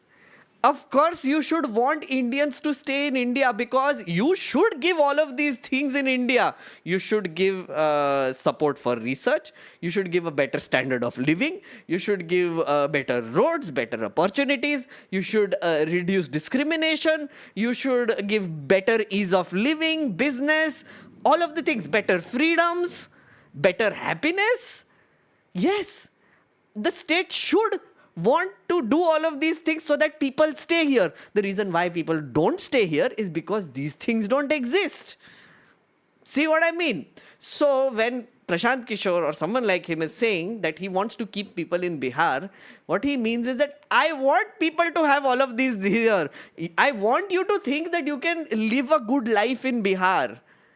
And that it is the responsibility of the state to do that. Nobody does it. I think in India also, I would say that Indian government is also not doing this. They're trying, but it's not working. Yeah? Does that make sense? Asif, thank you. Now as an NRI, came here to study in US. Now things are so screwed here as well. Would love your thoughts on movie 2073 by Asif Kapadia. I haven't seen this movie. Asif, I'm not sure. I haven't seen this movie. I will let you know. Things are so screwed here. Yeah, I know. US में थोड़ा सा problem हो गया. KV, hi. Best way to solve caste issue is not by not speaking about it, but by being into the mainstream. But I also hope he actually walks the talk. Yeah, absolutely. I think transparency is good. I think people should talk about caste. It shouldn't be hidden. He'll do what is needed to control the assembly. मतलब majority मिल जाएगा तो yes, that I think will come with it. And I think one of the biggest hurdles, if he does come to power, would be the bureaucracy. The bureaucracy is going to do everything in its power right now to prevent him from coming to power. That I know. That I can write it down somewhere. I know. There are good people in the bureaucracy, there are bad people in the bureaucracy. Bad people are the ones who are aligned with bad politicians. Bad politicians are the ones in power. So the bad people will not want good people to come in, or good people, seemingly good people, or people who want to do things differently also. Good, bad, forget. People who want to do things differently, they don't want it. They want status quo. So that's an alliance right there. Isn't it a possibility that candidature in India's strongholds are according to caste and are strong, while having Delulu candidates in NDA strongholds? Again, every party there will probably look at caste as a factor while giving tickets. It all depends on whether you accept it, what you do with it, how you choose the candidates, what are the other qualities of candidates. For example, if you choose a mafia don person who belongs to a particular caste just because they are dominant there, that's a bad thing. If you choose a very highly educated doctor who has done social service and has worked in the place and has some credibility from the same caste, that's a better candidate. It's that easy. Someone will belong to some caste. Gilroy, thank you. Thank you for the support. Now, oh, it's changing a little bit. I love him, बढ़ गया उसका. 31% हो गया, I love him. I'm interested is 31%. I'm curious is 29%. I hate him has reduced also to 8%. Interesting. You saw the BSP rally Mayawati hosted. I was quite surprised. People still are coming for the rally for dead long gone party. I haven't seen this, but I've been hearing things about Mayawati. I will look into it. Agreed. Every government would love to retain its migrants, but whether the current Indian government is succeeding or not, you agree that they should talk about Indian pride and brain drain stuff. Oh, absolutely. Absolutely, we should talk about it. Yeah, I would want my NRI friends to stay here. I want my smart NRI friends who are doing research in abroad universities to have opportunities to do research here at their home state or their home country or a city of their choice, wherever they want. I would want them to have that, of course.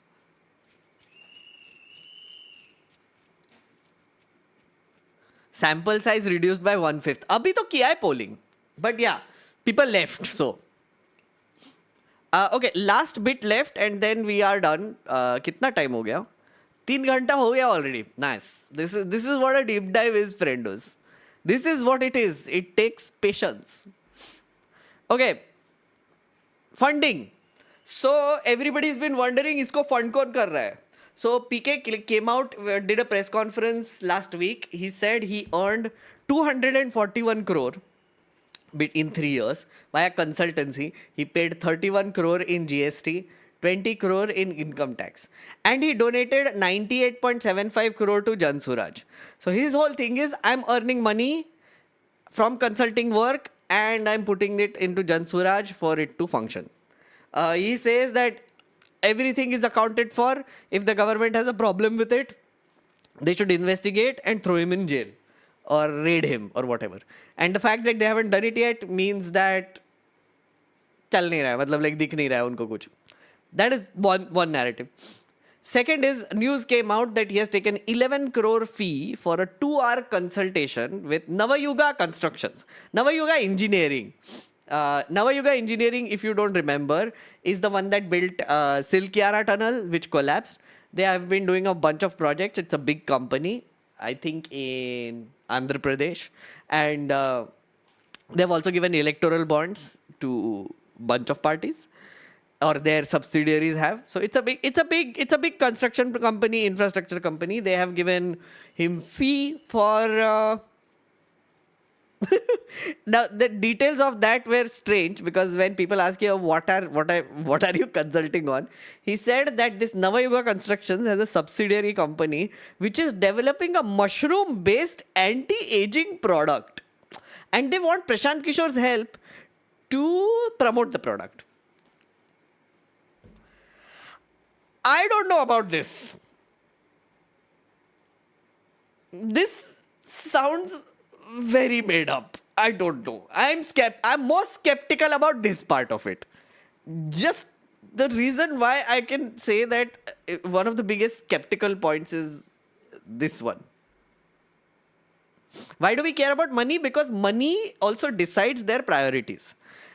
Donations decide the priorities of political parties. Political parties will award contracts based on the donations that they have received. One of the things that we need to think about is the quid pro quo here. This doesn't give me a good feeling. But his retort to that is also a little bit of whataboutery. If you noticed, like he also like says कि हाँ ये question तुम RJD से क्यों नहीं पूछते, ये question तुम BJP से क्यों नहीं पूछते, ये question तुम उनसे क्यों नहीं पूछते, उनको भी तो donation मिल रहा है. True.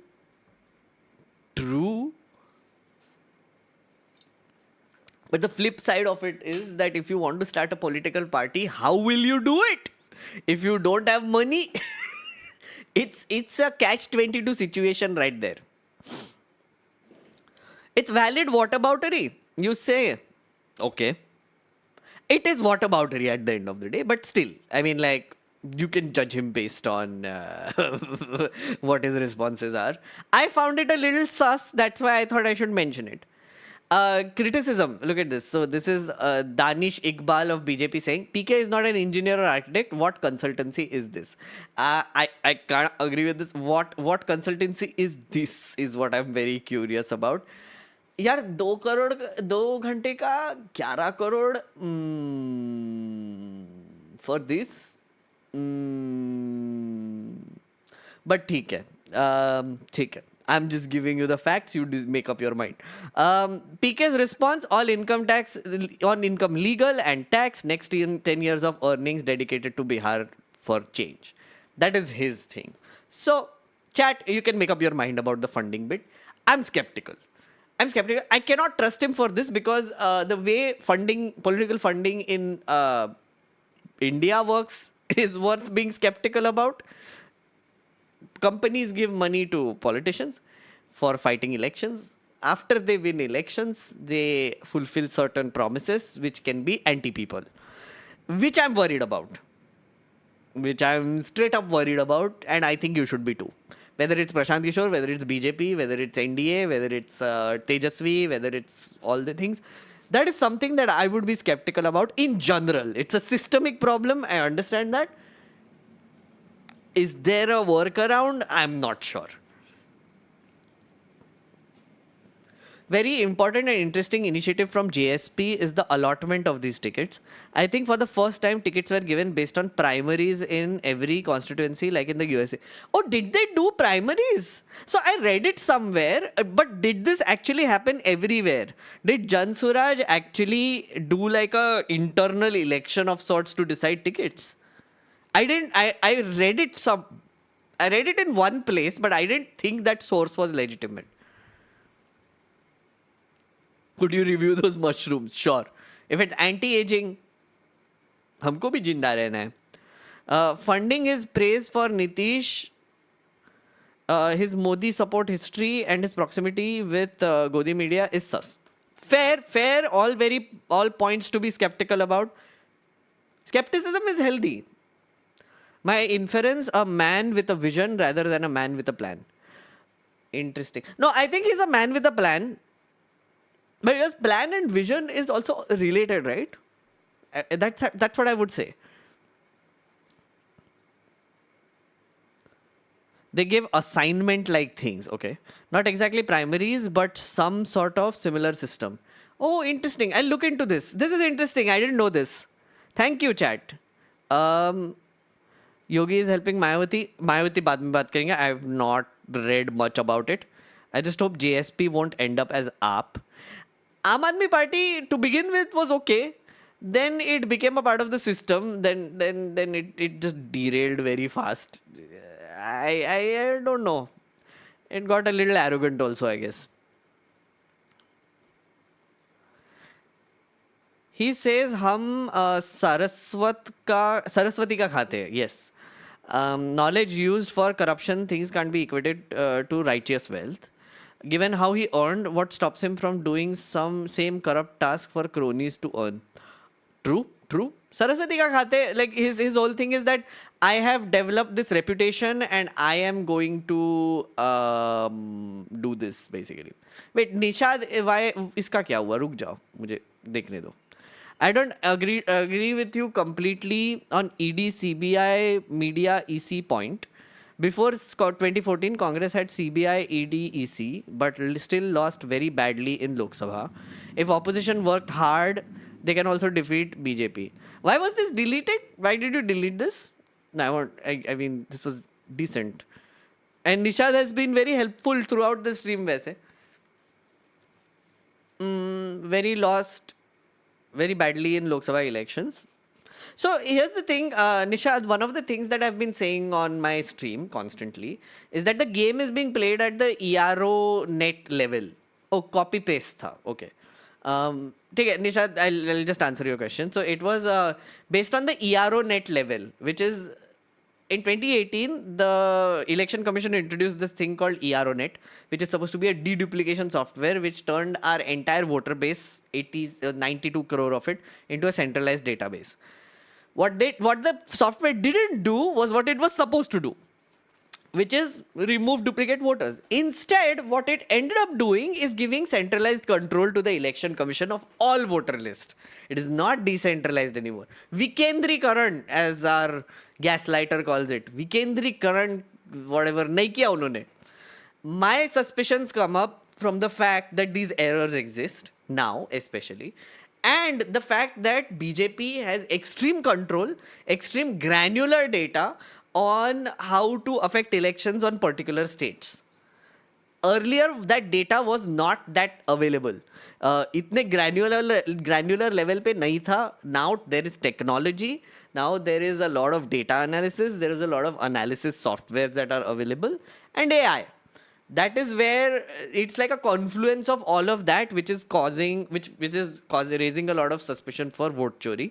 Especially if you notice, in the last press conference Rahul Gandhi did about the deletion files, there was this sophisticated program being used to file forms on the Election Commission website. Now that was not possible earlier. And this was made possible because of the ERO net, which was introduced in 2018. That is why it makes it more suspicious for me. I hope that makes sense. Can you talk about Shilpi Gautam CAS? I have no idea who that is. BJP is not itself naming Navyuga constructions, even though they are questioning PK for consulting them. Oh yeah, Navyuga se unhone bhi paisa liya hai. BT dubs. Nationalism is being countered with sub-nationalism like slogan Jai Bihar, welfare with promise guarantee job, free grain over job. Okay. PK's formula for... Wait, some super chats are also here.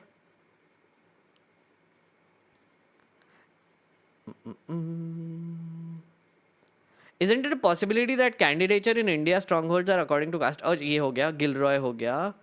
Rajesh, my inference, man with a vision. Okay. Praveen is saying BSP alive, core base steady at 20% in UP polls. Okay. Again, mujhe pata nahi hai. Again, I have not read what is happening with Mayawati. She made an appearance suddenly again. No idea why. Shilpi Gautam case, I have no idea what this is. I have not seen it. That's what I'm saying. PK's formula for beating BJP is that the 50% of Hindus not voting for BJP who are Gandhians, Ambedkarites, socialized, communists, along with 20% Muslims, that is total 60%. Yeah, ideological base pay, that is what Prashant Kishore says. Shuffled, thank you for that. That's a very interesting observation that he made. I missed out on that. So what Prashant Kishore says is that the way he's assuming people will vote is that the Hindutva narrative can only be defeated by people who like what he's saying. 50% of Hindus not voting for BJP. So he's saying that out of all the 100% Hindus voting for voting, 50% are voting for BJP, 50% are not. So those 50% will have people who are Gandhians, Ambedkarites, socialists and communists amongst Hindus, with 20% Muslims. So he's saying that forms like a 60% base, and that is what he's working with. So that is his combination. It's interesting. It's interesting. But I am a little bit skeptical about how effective the ideological messaging can be, especially because the period has been so short. Like 3 saal mein, is it even possible to make people vote for you ideologically? I'm not sure, but we will see.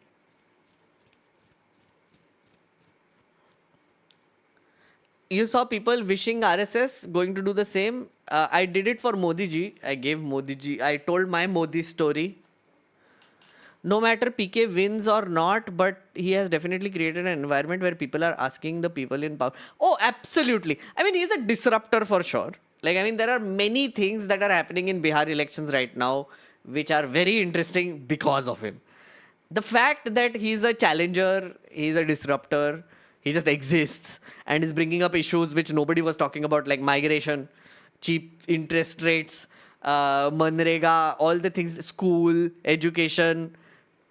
These are all interesting things. Pension, important.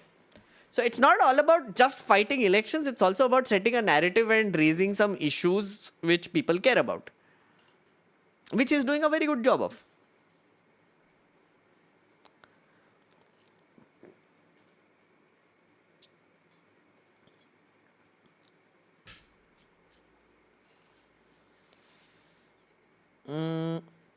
PK holds the upper hand as he has worked with every major party, knows their playbooks inside out, and they never saw his political entry coming. That's an interesting one, Purba. That's true. I mean, he has a good amount of experience doing this.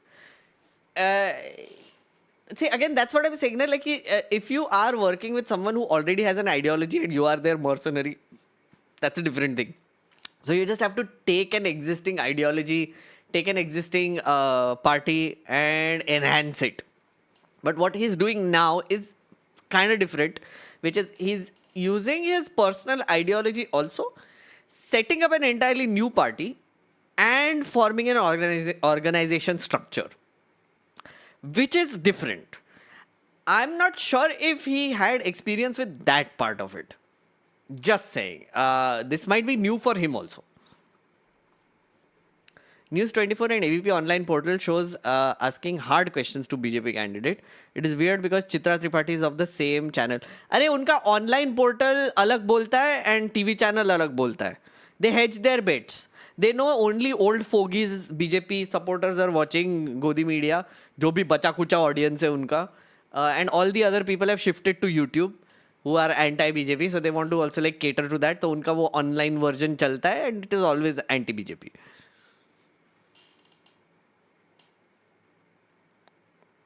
Community has a Discord server. No, we don't. Shuffled, we don't have it anymore. We do have a WhatsApp group now, which is available for Mega and Giga subscribers.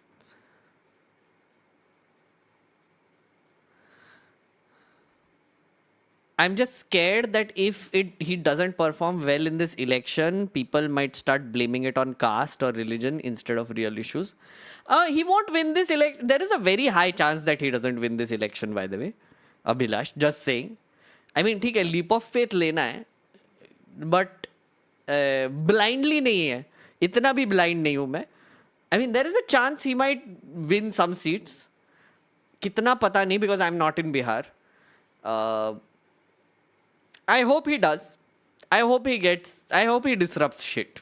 Because if he wins, let's say parallel universe में or like hypothetical scenario में Prashant Kishore wins a majority.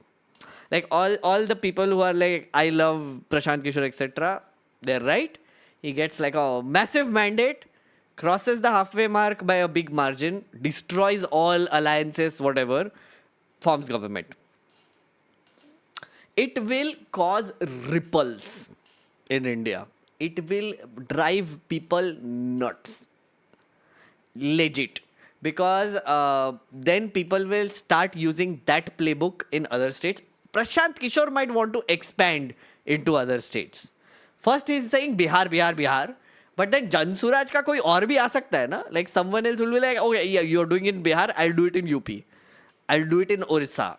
I'll do it in other places. I will do Padyatra first. I will do the same thing. This is like a blueprint now of success. So why not? And it's a good blueprint if it succeeds. Is disruption a good thing? How so? Of course it's a good thing. Because disruption ensures that the same people in power don't stay in power. When there is no disruption, people in power accumulate it. They accumulate wealth, power, become arrogant. Disruption is important to pull them down from their power seat and replace them with some other people. That is how you spread the wealth. That is how you spread power. That is how you improve more lives than just a family or one elite group of people. In his initial tweet, PK said it starts with Bihar. Yeah. I think if it's successful, it will be insane. Like, I actually want him to be successful just for one thing. I don't want to hear these political experts anymore. These uncles need to retire. I am so tired. I am so tired of having these experts who are explaining elections to the world in such cynical ways. I am done. If he wins, then I feel like a new crop of commentators will also come with him, which I think is a good thing. For me, personally.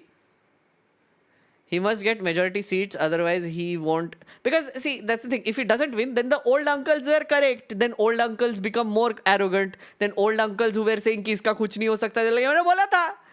I am the wisest person. Be cynical. Lose hope. कुछ नहीं होने वाला बिहार का. So that wins. Then that narrative wins, which is not a great narrative.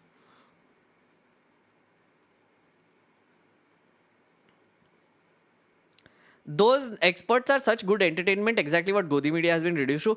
Ashish, the tragic thing is that Godi media, तो I understand, वो तो छोड़ी दो. I don't even talk about that. YouTube पे leak हो रहे हैं लोग. That I don't like.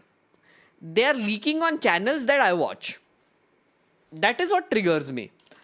You know what I mean?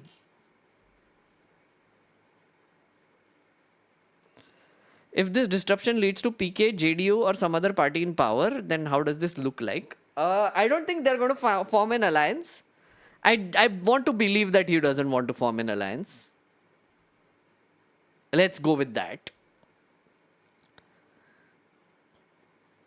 Just say PK's party become biggest opposition to BJP. Will you join it as politician? No, why? I'm not from Bihar. I don't intend to go to Bihar either. I will join whatever I can. I don't want to join a political party. You already know my thoughts about that. The reason why I fought independently. Because I think political parties as a system are problematic. As a concept are kind of problematic or have become problematic. But it's a no. Amitabh Tiwari, I'm talking about many things, many people. I'm not going to mention any names, but a lot of them. If he wins, I might move to Bihar. Don't move immediately. Wait for a bit. How old are you? Because your skin looks like in 20s, but your looks are 40s. Somit, I am 35.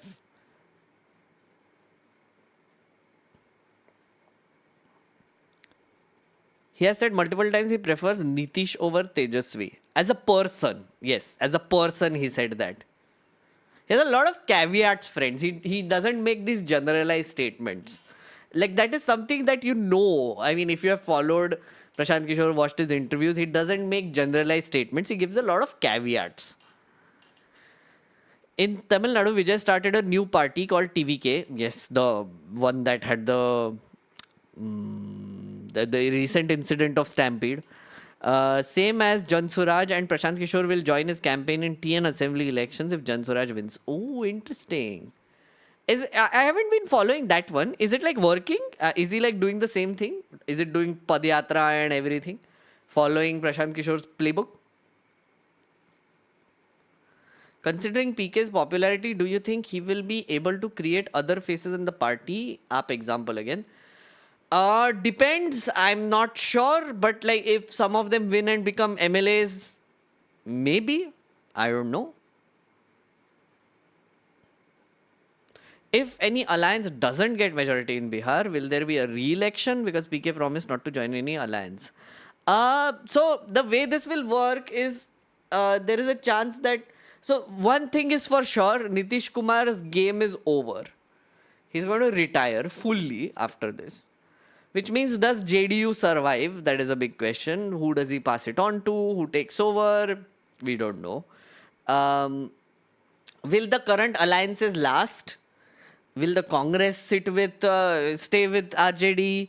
That is a more stronger alliance than BJP and JDU. Will JDU stay with BJP? Now, Jan Suraaj is saying that if they get like less seats, they will not form an alliance. They will not support any party. They will just want re-elections. So they will let the government collapse. So who knows? That will be very interesting to see. So it might be a situation where both of these alliances get like some seats, but they don't cross the halfway mark. The rest of the seats can be covered by Jan Suraaj, who will win a lot of seats and a bunch of seats, not majority, but still some. And then they will be like, oh my God, kingmaker ban gaye ye, and Prashant Kishore and JSP might be like, nahi karna hai. Humko majority chahiye, bye. Nahi karna hai alliance. Then next election, they have a stronger chance of winning.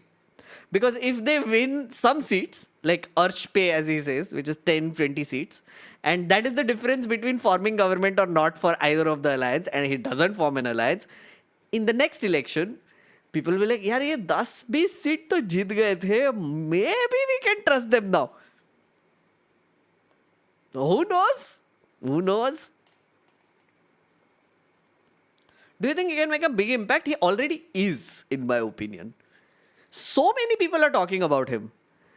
He already is. There is no doubt about that. It's a very interesting experiment that he's doing, which I'm very interested in. So are you. Okay. I am done with this stream, friendos. Thank you so much. It has been 3.5 hours now. I didn't even notice. But I hope you enjoyed this stream. I hope you had a good amount of insights about Prashant Kishore phenomenon, and I don't have to talk about him for a while. At least in passing, I'll talk about him. But I hope it helped you understand him little better, and helped you get better opinions. So yeah, let's see. Finally, poll end karte. 390 votes ka poll hai. It is I'm interested is more. So in my camp. I'm curious is 31%. Okay, I can take that. I love him is now 27%. Okay. And I hate him is 9%. Sure. Okay. Thank you so much, friends. And I will see you next week. I will see you next week on Tuesday if you're... No, wait. I have a show. So, Sunday ko trial show, how to lose an election. If you're a mega or giga member, please come. It is a trial show. So, fun hoga, mistakes bhi hoga, but fun hoga. Okay, bye, good night, bye.